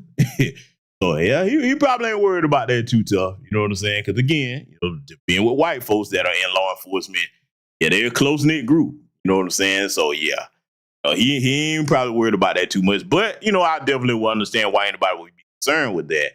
Because like he would know everything to look for as far as anybody trying to pull any kind of thing to him. Doesn't mean that, it's foolproof. No security method is. But he probably, prepared to deal with whatever. Let it continue. You've been a great asset to the ranks. You're really killing it out there. And, had we not uncovered things, we might have pushed it farther and maybe be my own cell leader or something. I don't know. But we started uncovering murder plots and crazy. I mean, they were saying crazy stuff, but again, saying crazy stuff, you got to kind of get really specific on like, I'm going to kill you kind of thing in a text or an email. That's a little more direct. And now I can say, you're clearly threatening me now. But just to spew hate, I mean, you can walk out in the street and say, I hate every racial slur you want. So you're sitting there, you're listening to all this crazy rhetoric, and sometimes there might be some alcohol, sometimes not. And now you're starting to hear like, if my when the boogaloo happens. I love my parents with all my heart, but I'm going to. Now, this is the part right here that's going to show you how dedicated these demonic white supremacists are, okay? And to the brother Brian Yarb says, I feel this interview, that's a big problem. You said, I feel. I'm going to get to that in a minute. He says, I feel this interview is more marketing to other white supremacists than a documentary. Here's the problem about feeling, my brother. We're men. We're supposed to think, okay? And as far as it being marketing to other white supremacists, brother, they don't need a documentary to market and recruit. If you paying attention to what he's been saying, they've already got that going on. See, for my Patreon subscribers, and right here on this channel, years ago, myself, Brother Tariq, and many others, we were telling people about Operation Werewolf. They don't need a documentary to recruit, my brother. You understand? They don't need no documentary. So stop feeling and start thinking, my brother. Okay? In fact, the business, just do a little listening. Just do a little listening, okay? Sometimes, like you said, if you catching up, best thing to do is listen, okay? Because we've been at this for years, okay? For those that don't know, just the numbers on this channel, I've been around for summers and winters, all right? This is what I do. More than any other thing, this is my wheelhouse, covering this racism and white supremacy, making sure that my people understand it. And my good brother Hot One says, is that group in Michigan, those types? Yes, sir. Yes, sir. Look, brother Hot One, go down in the archives of this channel and type in the title 10 white supremacist groups, okay? And this channel's name. In fact, the business, join my Patreon, okay, brother? Join my Patreon. That's what I encourage you to do because I go into extensive detail about these types of things over there. In fact, the business, I just recently posted, about a week ago, I posted another article about those white supremacist gangs, okay? So if you want to learn more about that, hey, search the archives, join the Patreon. Like I said, that's what it's there for. And anybody that's over here will tell you, you're going to learn a lot about a lot of different things if you over there, okay? I'm not just saying it because I want you over there. I want y'all to be well informed. Let's let it continue. You have to ask the question, are you fascist? And if the answer is no, that automatically makes you anti-fascist and the penalty's death. I may very well have to put a bullet in the back of my dad's head. And then the other one says, I could do it, but I'd cry myself to sleep every day. I think I'd rather somebody else do it. And then the other one, who I thought was way more farther down the path because he was messing with 09A and stuff, actually said, you guys are farther than me. I don't think I could kill my parents. And I'm sitting there just listening going, what in the hell, man? Now, you heard how dedicated these white supremacists are. And this is why I don't play about people coming over here with goofy troll questions or playing and giggling and goofing. I mean, I'm telling you, I have a very short temperance for that because these people are not playing with our folks. Y'all hear this guy, retired agent, Sky Payne, he's telling you what he witnessed and heard and saw with his own eyes and ears. Now, for anybody that still don't get it, and it's been taken down off of YouTube now because it stayed up for a while. They be steadily censoring black content creators. But y'all remember that crazy nutty white supremacist that cut his father's head off and had the video up on YouTube with his father's head wrapped in plastic? And they let that stay up for a while until people started reporting it. Y'all remember that? They're serious about that. They will murder their own parents. That's how dedicated to white supremacy they are, which lets you know it ain't nothing about no Christian values because the Bible says, honor thy father and thy mother. How you gonna be a Christian, but you willing to kill your parents? See, that's the devil's doctrine. That's why I keep telling y'all, they do not serve the same God that you and I serve, those of us that are actual Christians, okay? They don't, look, see, I'm showing this to y'all because I want y'all to understand that when you see people kikiing and cacaing with these white supremacists, man, I look at them like, are you crazy? These motherfuckers are not joking with us. They are deadly serious. And this is why I take the threat as serious as I do, especially when I'm educating about it, okay? Because now, look, believe it or not, everything that I'm showing over here today, even though you have a former retired white agent that's telling you, I infiltrated these different groups. This is what I saw. This is what they were saying. This is what they were trying to do. This is the training they have. You're going to have some silly lost Negroes that'll actually argue against this. They ain't going to take it serious until they realize they're in a situation where, damn, this is exactly what them brothers and sisters was talking about over here. And I'm here to tell you, you're going to have to be okay with knowing that everybody ain't going to make it. Look, I'm going to go even further. Some of y'all going to think this is an extreme statement. Some of them weren't meant to make it, okay? The cowards that's willing to look the other way about racism and white supremacy to this extreme degree, the people that are always trying to change the subject about stuff, the people that don't want to call things what, hey man, maybe you shouldn't make it. Maybe you definitely need to be, maybe they're doing us a favor. I'm not wishing it on them, but hey, I'm not gonna miss you if you are a victim of circumstance by way of your own doing and way of your own will for ignorance. I don't mourn those kinds of people. This is why I tell y'all, when it comes to grown people be asking the question still to this day, how do I get so and so and so on code? What do I do? You don't. At this point, if they're grown, and when I say grown, we talking anybody that's in their, mid-20s on up, you don't. At this point, that's a choice to be off code. And for black people in America, in a system of racism and white supremacy, that's a life or death choice you making. Minute that you choose to, ain't no white supremacy, and you really believe that? Okay, bet. It's just a matter of time before you put yourself in a situation where, hey, you going to look. The worst thing in the world, this is what my final admonition would be to people like that. Right now, while you safe, even if you truly believe it ain't no white supremacy, I'm going to put something in your head, and I hope that it registers to anybody that's under the sound of my voice when you listen to this live recording. You better understand that if you call that wrong, one of the worst things in the world will realize that you're in a situation where you isolated around some white supremacists that are going to kill you, and there's going to be no help coming. There ain't no way out. The only way you getting out of that is if you can manage to get out. But you might not be able to do it. Now imagine how you would feel in them final moments of your life.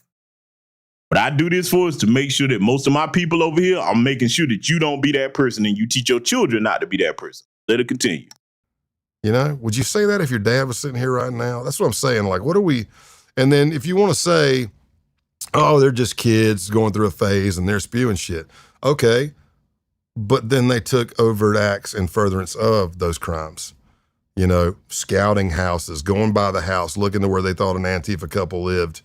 I was there. We scout it, look at it, talking about what we're going to do. The game plan changed a few times, but you're talking about going and buying catch bags that attach to your AR. So if you do have to shoot, it catches the brass so you don't leave it.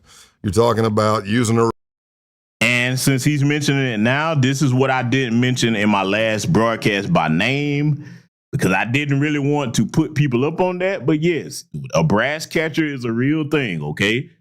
And anybody that's ex-military, you know that, hey, if we're in deep cover operations and you don't want to leave anything behind, yes, you definitely would use them. And, look, he's telling you they have this type of stuff because some of them are ex-military. Some of them are ex-law enforcement. Some of them come from other international terrorist gangs in other countries, okay? And this is the skill set and training that they have. See, like, this is what I try to discourage a lot of our people from. When we say white supremacists, or a lot of people just relegate white supremacy to the Ku Klux Klan, and you think a bunch of 3-2 Tony hillbillies. I'm like, no, that I've been saying this for years. This is why I tell people, even when it comes to the actual Ku Klux Klan, you had some silly Negroes that had to change their tune over the years. I won't call no names. Ain't no such thing as the Klan no more. That was a long time ago. And I'm sitting here like, motherfucker, I'm from Georgia. Are you out your goddamn mind? Yes, the fuck, they are still around. I was laughing when I heard that. See, this is why when I hear certain things, I'm not the person that's just going to be contrarian for contrarian's sake.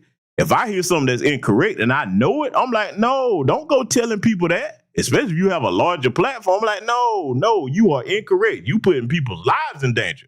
But somebody will hear that bullshit that's not from these parts and come down here thinking that what you said is the truth, and it's not. And them people know who they are, okay? So with this particular instance right here, what he's talking about, hey man, this is a very real threat, and these people are very well trained, all right? They're not the goofballs online, once again, that's going back and forth with you trying to troll for a content reaction, etc. No, they're the ones that will walk right past you in a crowd, and they're not going to say nothing to you. Nah, they dare to actually plan something so. And look, and this is why I was taking it so serious with that Tennessee State University issue. That's a good thing to bring back up at this time, because some of those bastards that were on that campus, they're connected to white supremacist groups like this. See, let me break down something to you in very simple terms. You have the ones that are more military trained, that are grunts, that you probably would say, yeah, they probably, they probably got something going on, got tattoos, etc. Then they got the ones that, hey, go put on a button-down shirt. Let's debate, dude. And they come out there and they got all kinds of cameras, and them cameras are not to get the content reaction like a lot of people think. No, them cameras are for surveillance.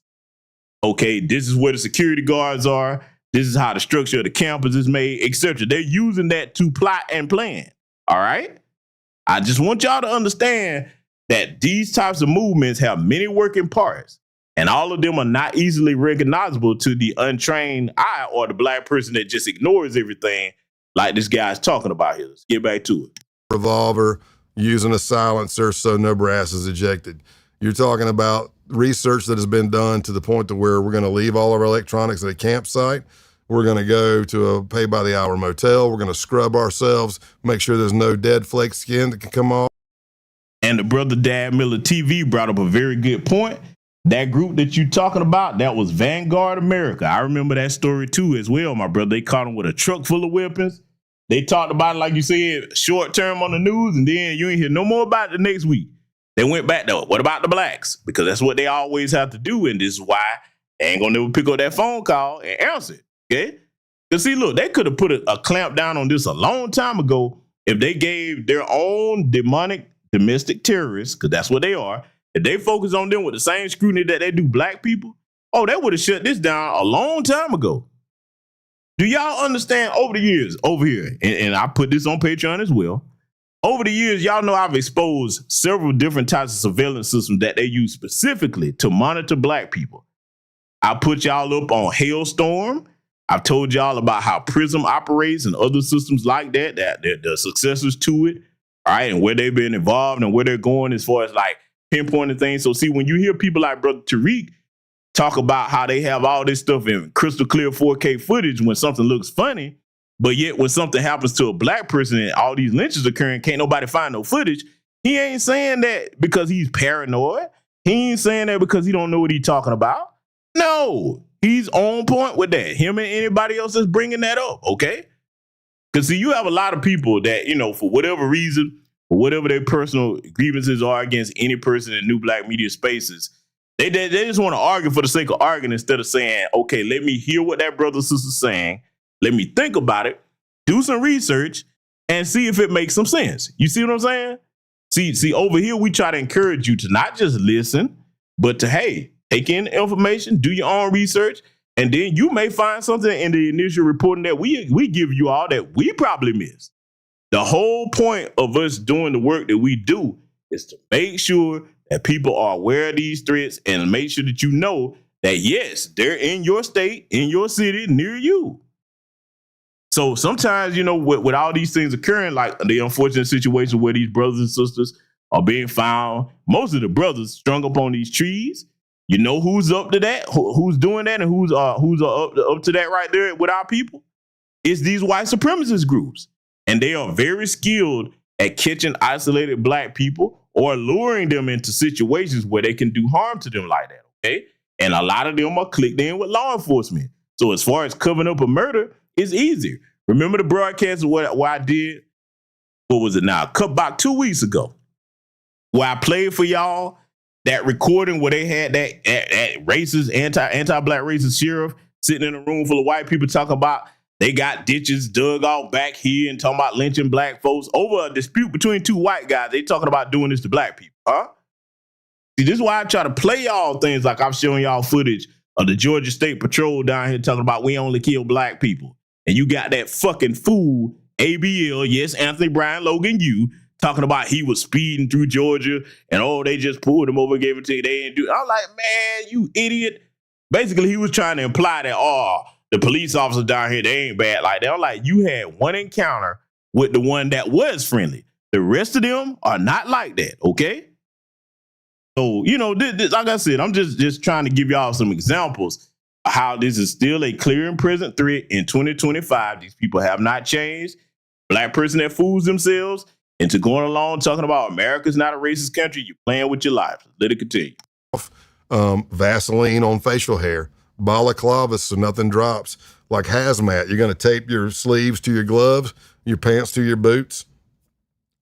And the eventual plan was four of us were going to enter. One was going to stand guard at the front bay window, while me and the other one, I was requested to go and help murder everybody. And it didn't matter if there were kids or animals. They didn't care. And then we're going to set the house on fire and burn it to the ground. That was one. The other plot was with the Maryland kind of Delaware crew, and that was the one on the gun rally. But those guys, the Baltimore FBI, unbelievable case agent, Rashid Harrison, he was working it so hard out of Baltimore, and the case team in Seattle and everywhere else. Everybody was busting their tail, but they got a Title III wiretap, and they were watching these two guys in their apartment and listening to the conversations there. Holy cow. Like I thought some of the stuff I heard them say was crazy, like when I was there, but the stuff they were coming up with on their own in an apartment, I was like, dude, I mean, the dude's got a 6.5 Creedmoor with a $6,000 thermal scope. They made a ghost gun for the Canadian who had absconded here illegally after being found out of being a white supremacist. They actually messed up because when they went to shoot it, they made the ghost gun, but they went to shoot it, it was double firing every time. So they changed that because they were getting stared at. They didn't want to have something illegal. And he had a thermal scope, and I helped them sight him in. Now, this is the part of this conversation that I want to bring to my audience's attention, and for the people that are, the black folks in our community, because we got some silly Negroes in our community. You don't need all them guns like that. If you want to shoot them kind of guns, go to the military. Let me tell you something. If we lived in a society where white supremacists didn't have this type of gear that he's talking about, then that would be cool. But if you're a brother like myself that is a big proponent and believer of the Second Amendment, because I believe for the right that we have the right to defend ourselves as a God-given right, not something that's up for debate or we need to ask permission for. But if I know my adversary has this type of armament and weaponry, you think I'm not going? Man, I keep telling y'all, stay ready so you don't have to get ready. I've said this many times over the years, just like the United States budget, biggest expenditure is on the defense and military, so is mine. Outside of the necessities of life, I spend the same amount on my defense and making sure that my home is secure, my family is secure. While over the years, I'll be putting y'all up on different things, where to get certain types of stuff that I won't mention on YouTube for your protection. You understand? Because they got it. So where I'm going with this, you think about the silly Negro that think that all you need is a pistol or a shotgun. But these white supremacists, if they decide to try it, they've got very expensive automatic rifles with thermal imaging scopes, etc., different types of armor piercing rounds, but you and your little pistol and shotgun is going to get the job done. Let me give you some good advice. It's better to have it and not need it than need it and not have it. You understand? Especially if you're a man that you got a family to protect. And look, let me talk to you sisters. I put people up on different types of self-defense systems, things that I own myself. I would never recommend anything to you that I don't own or don't have experience with. I keep telling y'all, the ladies, if you're willing to spend hundreds of dollars to get your hair done, if you're willing to spend thousands of dollars on a fucking purse, and I'm not saying don't get things that you don't like, I'm saying you better consider setting a part of your budget for those things aside on some self-defense items, okay? That would be wise. You might, look, let me tell you how serious it is for the women, because I get it. Every woman don't have a husband. Every woman isn't a straight woman, because I want you to live whether you're heterosexual or not. Every woman don't have a boyfriend or whatever. So cool. That's the reality of the situation. I want you, whoever you are, woman listening to me, you be prepared, because if you with a group of your homegirls, you might be the one that's got the difference make on you, whereas the rest of them are unprepared. You understand? You can help save other lives by being prepared, okay? Don't be the person that's running around here, I don't need all of that. Oh, okay, all right. That sounds cool until you in a situation where now you need to neutralize a threat, and it's not a threat that you can negotiate with. You understand? So I want to put that on your mind, some food for thought. Let's let it continue. But they were talking stuff like take out a cop at night, you know, because if you take out a cop, well, as soon as he's done with the car stop, whatever pulls up, and boom, just pop him right in the head. You go down there, now you get a bulletproof vest, you get another weapon, you get ammo, you know, whatever things they've got because it was all about building your kit. Everybody's building their kit, man. Some people are got a good kit going, some are just starting. This is the best gear to get. Condor sucks or whatever they want to say, and then you need to get this stuff. I mean, some of these guys were no jobs other than maybe a side hustle here and there. I'm talking there's no 9 to 5, right? And they've got several guns, a lot of ammo. They've got plate carriers. They're wearing Cry Precision JPC plate carrier. That's the same thing FBI SWAT wears. Same thing HR. Now, before I let him continue, let me thread a needle. There's something that I know for a fact on how 3-2 Tony can have no job, no 9 to 5, like he's saying, and have all of this expensive weaponry and armament, okay, and rounds. A lot of them are being supplied by white supremacist law enforcement. I'm going to thread another needle for you. You ready for this one? A lot of them are being supplied by American politicians. Yes, I said it. Oh, yes. You better listen to what I'm telling you. I don't care whether they're Democrat or Republican. Politicians, white supremacist politicians in this country are supplying these white supremacists, okay? They are. I posted how that works years ago. See, I'm going to have to start bringing up some of this old information that I've covered over the years. For those of you that are new, there's a reason why you keep hearing my names and why a lot of people look to me for information that they're not going to get nowhere else. Because I know my shit. I know what I'm talking about, okay? Might start pulling some of that old information back up. Because see, I know where that money is coming from. Because look, just on his face, even if you're somebody that's never served in the military, but you are fairly familiar with the cost of certain types of guns and ammo and body armor, especially level 3 and 4 plating, you know that if you're going to be well prepared and well stocked with some of this stuff, you're going to have to spend some money. You ain't getting nothing cheap. You ain't getting nothing cheap. Even if you were the type of person that knew how to make your own stuff, you still gonna have to spend money to get quality materials to do it. So what he's saying here, he's letting you know that, hey man, just because they don't have no job, you got to understand this is a system of white supremacy. They know somebody that knows somebody that's gonna be like, hey, look, this is what we got going on. We're gonna need some funding for it, and they're gonna make sure they get the bag, okay? See, you better understand that Charlie Kirk, the people that fund him, I'm going here. Yeah, they ain't gonna like this. The people that funded Charlie Kirk, you think that's the only people that they fund? Do you? I hope not. These people are very well funded.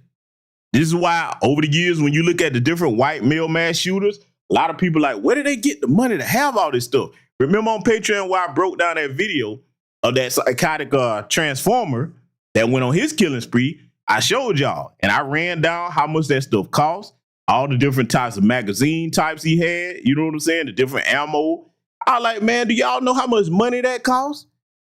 A kid that ain't got no kind of job, who you think gave him the money, huh? So you better understand what they do on 4chan, 8chan, Gab, Reddit, and all these other little white supremacist sites.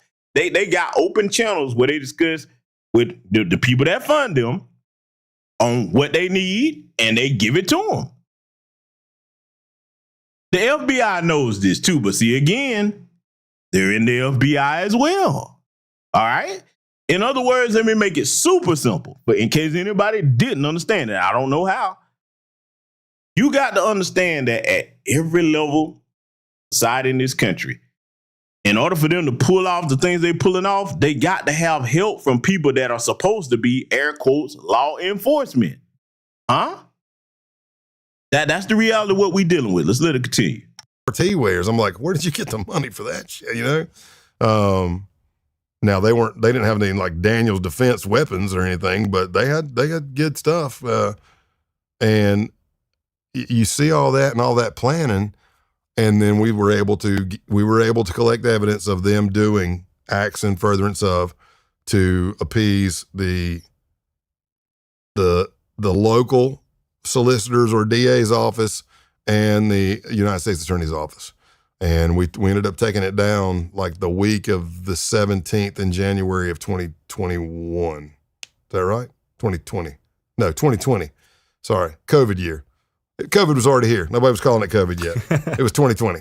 Yeah. So 2019. That was only a 7-month case for me, but it was a fast-paced, almost 24/7 case, because the more people you identify, the more cases are being opened, and they're being opened all over the United States in different field offices.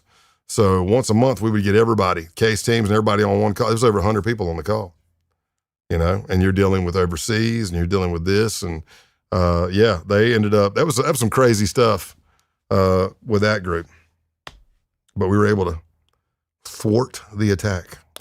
Damn, dude. Yeah, I'm just thinking about like, and you trained with them to, I guess, make these propaganda videos, but also like build yourselves up skill wise. And I'm just like, I'll tell you what I'm thinking. There's like former tier 1 operators that are teaching CQB on freaking Patreon these days. Like, how good were they, like, tactically? And now this is the part of the conversation that I definitely am qualified to speak on.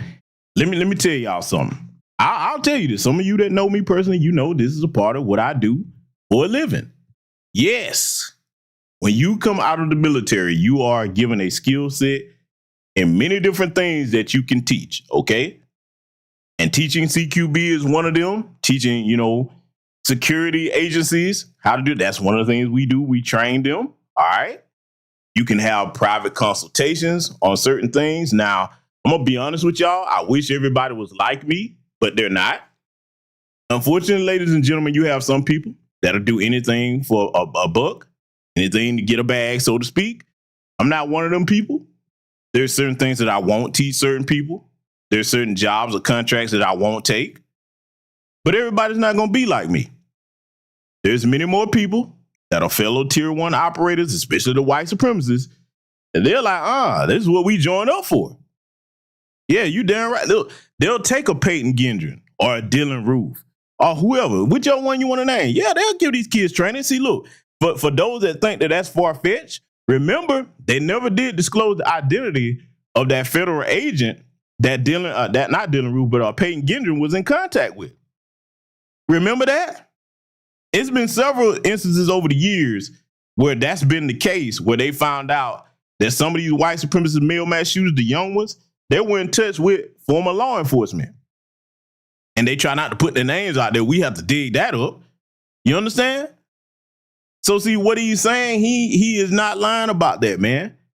That's a skill set that's going to be with you for the rest of your life. And like I said, if you're a godless person, you're a person that don't care nothing about society, yeah, you'll sell what you know. You'll teach what you know for the right price. And look, let me tell you something right now. When it comes to that particular skill set, they will throw a shit ton of money at you to get you to teach what you know. If they know that you're the real deal, they verify your record and everything. They're like, I'm telling you what I know, not what I think. But for me, I'm like, no, money ain't everything. Money ain't everything. I can't be bought. I have a moral boundary that I won't cross with certain things. This is why I only put certain information on the Patreon, because I don't want the wrong people getting access to that. You understand? So, I'm just, I'm backing him up on that statement, because he's not being, facetious or just trying to exaggerate things just to make the interview sound good. No, he's telling the truth. Let's let it continue. Well, the first time I met him face to face, and I got checked face to face, and they almost found the tracker. Like in the first 2 to 3 minutes, they almost found the tracker on my truck. I was like, what the heck? Another little scary moment. But he missed. Luckily, he stepped away, and I lived to fight another day. But the next day, we did firearms and tactics training. It was led by a 19-year-old kid. No military. His dad took him to the gun range, apparently, and maybe gaming. But it was good. I'm lead tactical instructor. Not saying I'm something awesome. There are people all over the United States that got my skill set and better. But if you've had that training and you're an instructor, you can do that. Of course, I wasn't instructing them. I let them teach me. I'm not going to help them get better either, because that's not smart, right? But yeah, we're out on a 100-acre property shooting submachine guns and pistols. And I'm like, I hope they don't turn. You know what I mean? You're like, and I'm like watching from the back. Because when it started, I'm like, the instructor in me, I'm like, I'm sitting in the back because I don't know what kind of. I'll tell you, the guy, the cell leader, Luke, and Pestilence was the 19-year-old. There, I was pleased to see that their range safety was good. It was good, and I was like, okay, I feel a little better about shooting with these guys at least. And but I'm talking about just quick firing and quick, not necessarily quick peaks, but it made me think several things. It made me think when I went back to the office to run the FBI's training, I told everybody, I'm like, y'all need to, I know we tell you to take it serious, but I just spent 4 days or 3 days with this violent white supremacy group and a 19-year-old led carbine training, and it was good. I said, it's not the best, and I did see some things they messed up on, but they could probably get the drop on a lot of average Joes. So it's just like, dadgum, man. And then you start uncovering more and more. But yeah, that was it. It's all about training, preparing for the boogaloo, building your kit, your belt, your ammo, your uniform. Of course, they wore camouflage. I infiltrated them. We wore camouflage, but only Flecktarn, because that's the German camo pattern, right? And it's. So now you heard him talk at length about this 19-year-old kid at the time that he infiltrated that group that was leading firearms training, being an instructor to the rest of the recruits there. And you hear him. He was saying, hey, the kid didn't have any military training, but see, here's why he was so good. That kid probably has white supremacist family members and other groups that have had military training. They've been teaching him from the time that he was young. Okay? See, look, you got to understand something. The little scooter the shooter types, the little weirdos, you know what I'm saying, that's doing these mass shootings in these schools, this is what their reality is. They've got white supremacist family members that are in these groups, teaching them all kinds of shit. This is why they act the way they do. Okay, they're usually going to be social outcasts at school, etc. And their spare time is spent doing shit like this. You understand? But you would never know it. Because Luke Connor and Lil Billy ain't gonna tell you about that. Hey, they ain't gonna tell you what they did over the weekend when they went out in the woods up with Grandpa Joe there and they had them training like this. You understand? So see, in our community, where you have chuckleheads, like the clown during the last broadcast is one to come over here looking for a fucking comedy hour, those are the ones that's gonna get hit first. You understand?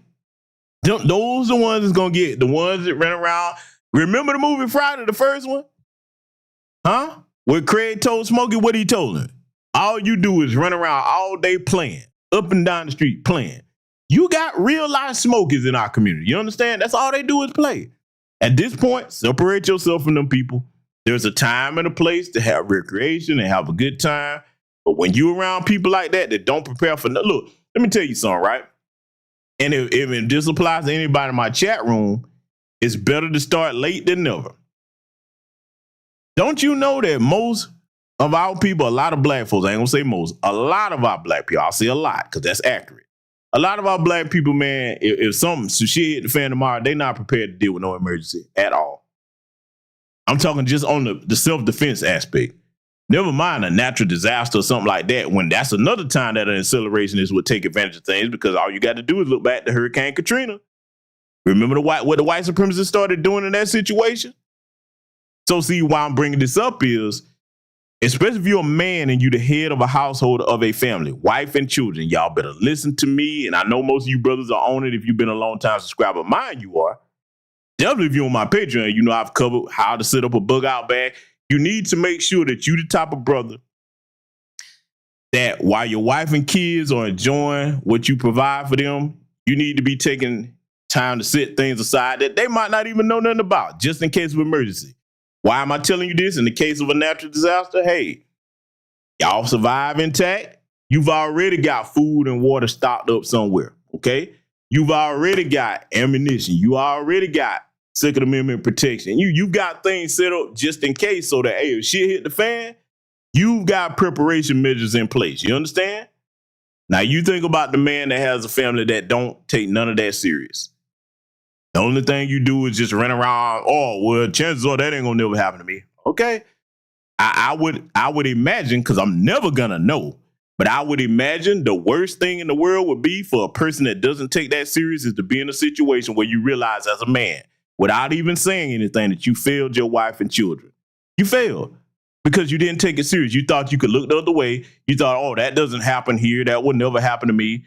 Now you in a situation where you, the man, the husband and the father, is supposed to protect your wife and kids. You didn't prepare to do so. I would never want to be in that situation. I'm never gonna know what that's like to be in that situation. Because if I did take the step, go ahead and get a wife and have a family, you damn right. I was prepared before then. I'm gonna be prepared after then. You understand? Err on the side of caution, brothers. Take it seriously. Let's let it continue. The best for anywhere, because the Germans said it was, right? So that kind of stuff. It was crazy. Scary, man. Just think about what kind of damage, Yeah. Yeah. And I mean, hopefully they learn the error of their ways. I mean, there are great things. If you get out, you can go to Life After Hate. You can meet people who are just like you or were worse than you. Now, this is the part where I'm going to vehemently disagree with Mr. Payne here. There is no reforming a white supremacist. Look, they're on the same level as pedophiles. You don't reform that. You don't reform that. I'm telling you now, I don't care what black person, well, he convinced me. Oh, they're never going to convince me. Once you go that far and you understand what that ideology is, you don't reform that. That's there forever. I don't care what nobody say. Look, that y'all remember that analogy I give y'all about the snake. You go and take a snake in from outside the cold, you take him in, let him get warm, put him by the fire, and then they promise not to bite you. As soon as he get warmed up, the first thing they do is tag your ass. And he tell you, listen, you knew I was a snake when you picked me up and brought me in here. Don't be the idiot that picks up the snake and bring it into your house. Understand? Think back to the movie Sinners. Would you have been the person that opened the door and let Remick come on in because you like him playing on this little banjo and oh, it doesn't look like he can harm a fly? Would you have been the person? Do you know somebody like that? Some of us have some graces in our families, unfortunately. And I done told y'all, I'm going to say it again. You got two options. You can put Grace's ass outside or you can make sure Grace go to sleep for a minute. Okay? Either way, you better make sure that Grace don't go open that damn door or invite them in. Be prepared. When it comes to having extra water, extra food, you stock that stuff up just in case there's a situation where you might not need, it might not be safe for your wife and kids to be going out. So y'all stock up where you don't have to go out for a time. You understand? See, being prepared is more than just being prepared with your firearms and self-defense. It's thinking long-term, even financially. Yes, we all like to have a good time and you should enjoy your life, but you want to make sure you're managing your finances where you have a rainy day fund set to the side just in case the emergency happens. You understand? Take these things seriously. As a family, and definitely as the heads of family, a wife and a husband need to sit down and have these discussions.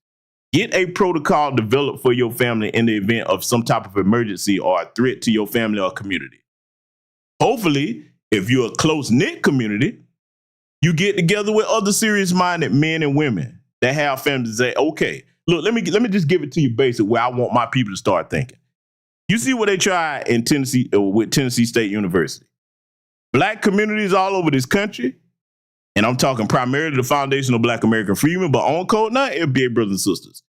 You need to be getting together saying, okay, what if shit hit the fan to the point where the white supremacists get so bold, they're like, yep, nigga, your neighborhood is the one today. We coming.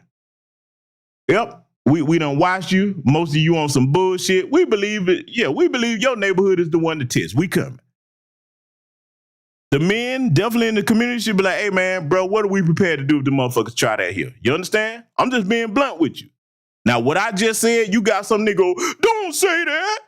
Oh, don't say that. Oh, man, don't talk like that. You shouldn't say that. You gonna listen, shut your ass up for any nigga sounding like that. Those are cowards. You should be prepared. That shouldn't be a conversation that you shy away from. That's a conversation that, in my opinion, that's your duty as a man to have like-minded men to say, hey, man, if shit hit the fan tomorrow, are we prepared to hold this ground? Are we prepared to make sure that our women and our children are safe? You understand? Hell, I ain't gonna leave the sisters out. Sometimes you sisters might be the one to say, hey, babe, if this happened, what are we prepared to do? You understand? Look, we have to think like that now. It's not because I'm saying it. You see what they got going on, and you see that even though it's primarily their own community that's the threat, they're trying to bring us into it by bringing things to us. What I'm telling you, ladies and gentlemen, they're not going to just stop at going to the HBCUs talking about a debate. They're going to start trying to come to our neighborhoods with the bullshit. I'm telling you now, you better be prepared. And can help with that kind of stuff. But yeah, man, that's scary. And then the blind eye of the parents thing, that's the putting on the blinders. And you can't tell me, or you're not going to sell me. You're not going to sell me on the fact that you thought it was just a phase when, I mean, like at least once a month, a bunch of dudes are coming on your property with Flecktarn and balaclavas, and we're shooting submachine guns. And it's not like we're not talking about what we're planning on doing. And then you come down on under the awning of the barn and have a few drinks with us, and you hear all the crazy rhetoric. And then you know your kid doesn't really have a job. He didn't have a car till the end. He bought it, and it wouldn't run that good. But he's got bulletproof vest and ammo and rifles, and then he's got a shrine right there in his room, which is the skull that's now been cleaned of the ram that was stolen, and we sacrificed at a ritual and drank its blood and carried its head around. That head is now clean. It's the skull with the horns, and it's got swastikas and other white supremacy stuff with some runes for Norse. And on one side of the skull is Mein Kampf, Hitler's book, and on the other side is the book Siege, which is the whole accelerationist view. That was just 7 months. Yeah, that's more than a phase, buddy. And you can hate me. I know you want to hate me. But I'll say this to the dad who's been interviewed and said some things. This is what I'll say. I was just as shocked when his son told me we were going to go kill somebody. I thought we were going to put up posters and flyers because that's what it was looking like to me. But the case team knew something. They thought something was up. And they're like, but why did he say bring guns? I go, I don't know. But that doesn't make any sense. I mean, and that's it. I went to the house. He walks out and he says, well, essentially, we're going to whack some people. And I'm like, it's way different than putting up posters. And that's what I'm talking about. And then I talked about all the research that was done. It was also, he'd researched that, I don't know where he read it, but apparently when people murder somebody for the first time, sometimes they lose control of their bowels. So he was suggesting we all wear Depends. What are those? The adult diapers. Oh. Adult diapers. So if you crap or pee yourself, you don't ruin your clothes. I guess. I'm like, I didn't say I never killed anybody, but I looked at him and I went, I think I'm okay. I don't need diapers. But yeah, that was a crazy wild ride. Yep, and there you have it from Mr. Payne himself. And I hope that everybody took the information seriously, because if you didn't, well, only thing I can tell you is when certain things occur, don't act like nobody tried to warn you. And I'm going to reiterate this again for anybody that's still asking the question, how do you get XYZ on code? You don't at this point. It's too late. If they're not on code, they're not finna get on code. And that's a choice at this point. It's not because they don't know anything. Not because, well, if you just explain. No, they've made a choice to surrender and hopefully hide up under a rock somewhere and hope that they're going to be safe in the event these white supremacists come looking for them. That's not going to occur, because you cannot reason with something that has no soul. These people are demonically insane. This is why they keep trying to prop Charlie Kirk up as a God-fearing man and a Christian and all of that. And like I said, I'm going to take care of that on Patreon. Give me a couple of days, fam. I'm putting the information together. And when y'all review that over there, you're going to be like, oh, what kind of Christianity is this? Oh, yeah, because we going in, all gas, no brakes. You know, when I bring you something, hey, I'm going to get straight to the point with it. And it ain't going to be, look, people can not like it, but they ain't going to be able to argue with it. We believe in giving you the truth over here, and you do with it what you will after that, okay? So like my brother Dad Miller TV said in the chat, boys being prepared, remember the brothers and sisters in Cincinnati, they were ready for the bullshit. And shout out to the Natty, okay? They're like, okay, yeah, come on with it. You know what I'm saying? We've been waiting on that shit. Be the type of black person where you abide by the law, Be peaceful with people. But if it come down to them threatening you and your family, be prepared to put their ass in the fucking cemetery. Okay? We have a God-given right to exist in peace without bothering other people. And these white supremacists have lost their mind. Well, hey, sometimes you have to remind them that, hey, if you're willing to go there, we're willing to do whatever it takes to protect ourselves, okay? So I want y'all to take these things to heart. Salute everybody that contribute to the broadcast. Shout out to all new patron subscribers, anybody that comes over there. Like I said, if you don't know where the link to it is, it's in the about section, in the description box of this channel, and it's definitely going to be scrolling here as we end the broadcast, all right? So remember, we are great and mighty people. Stay on code. Stay ready so you don't have to get ready. Salute, Black first, and I will see you all in future content.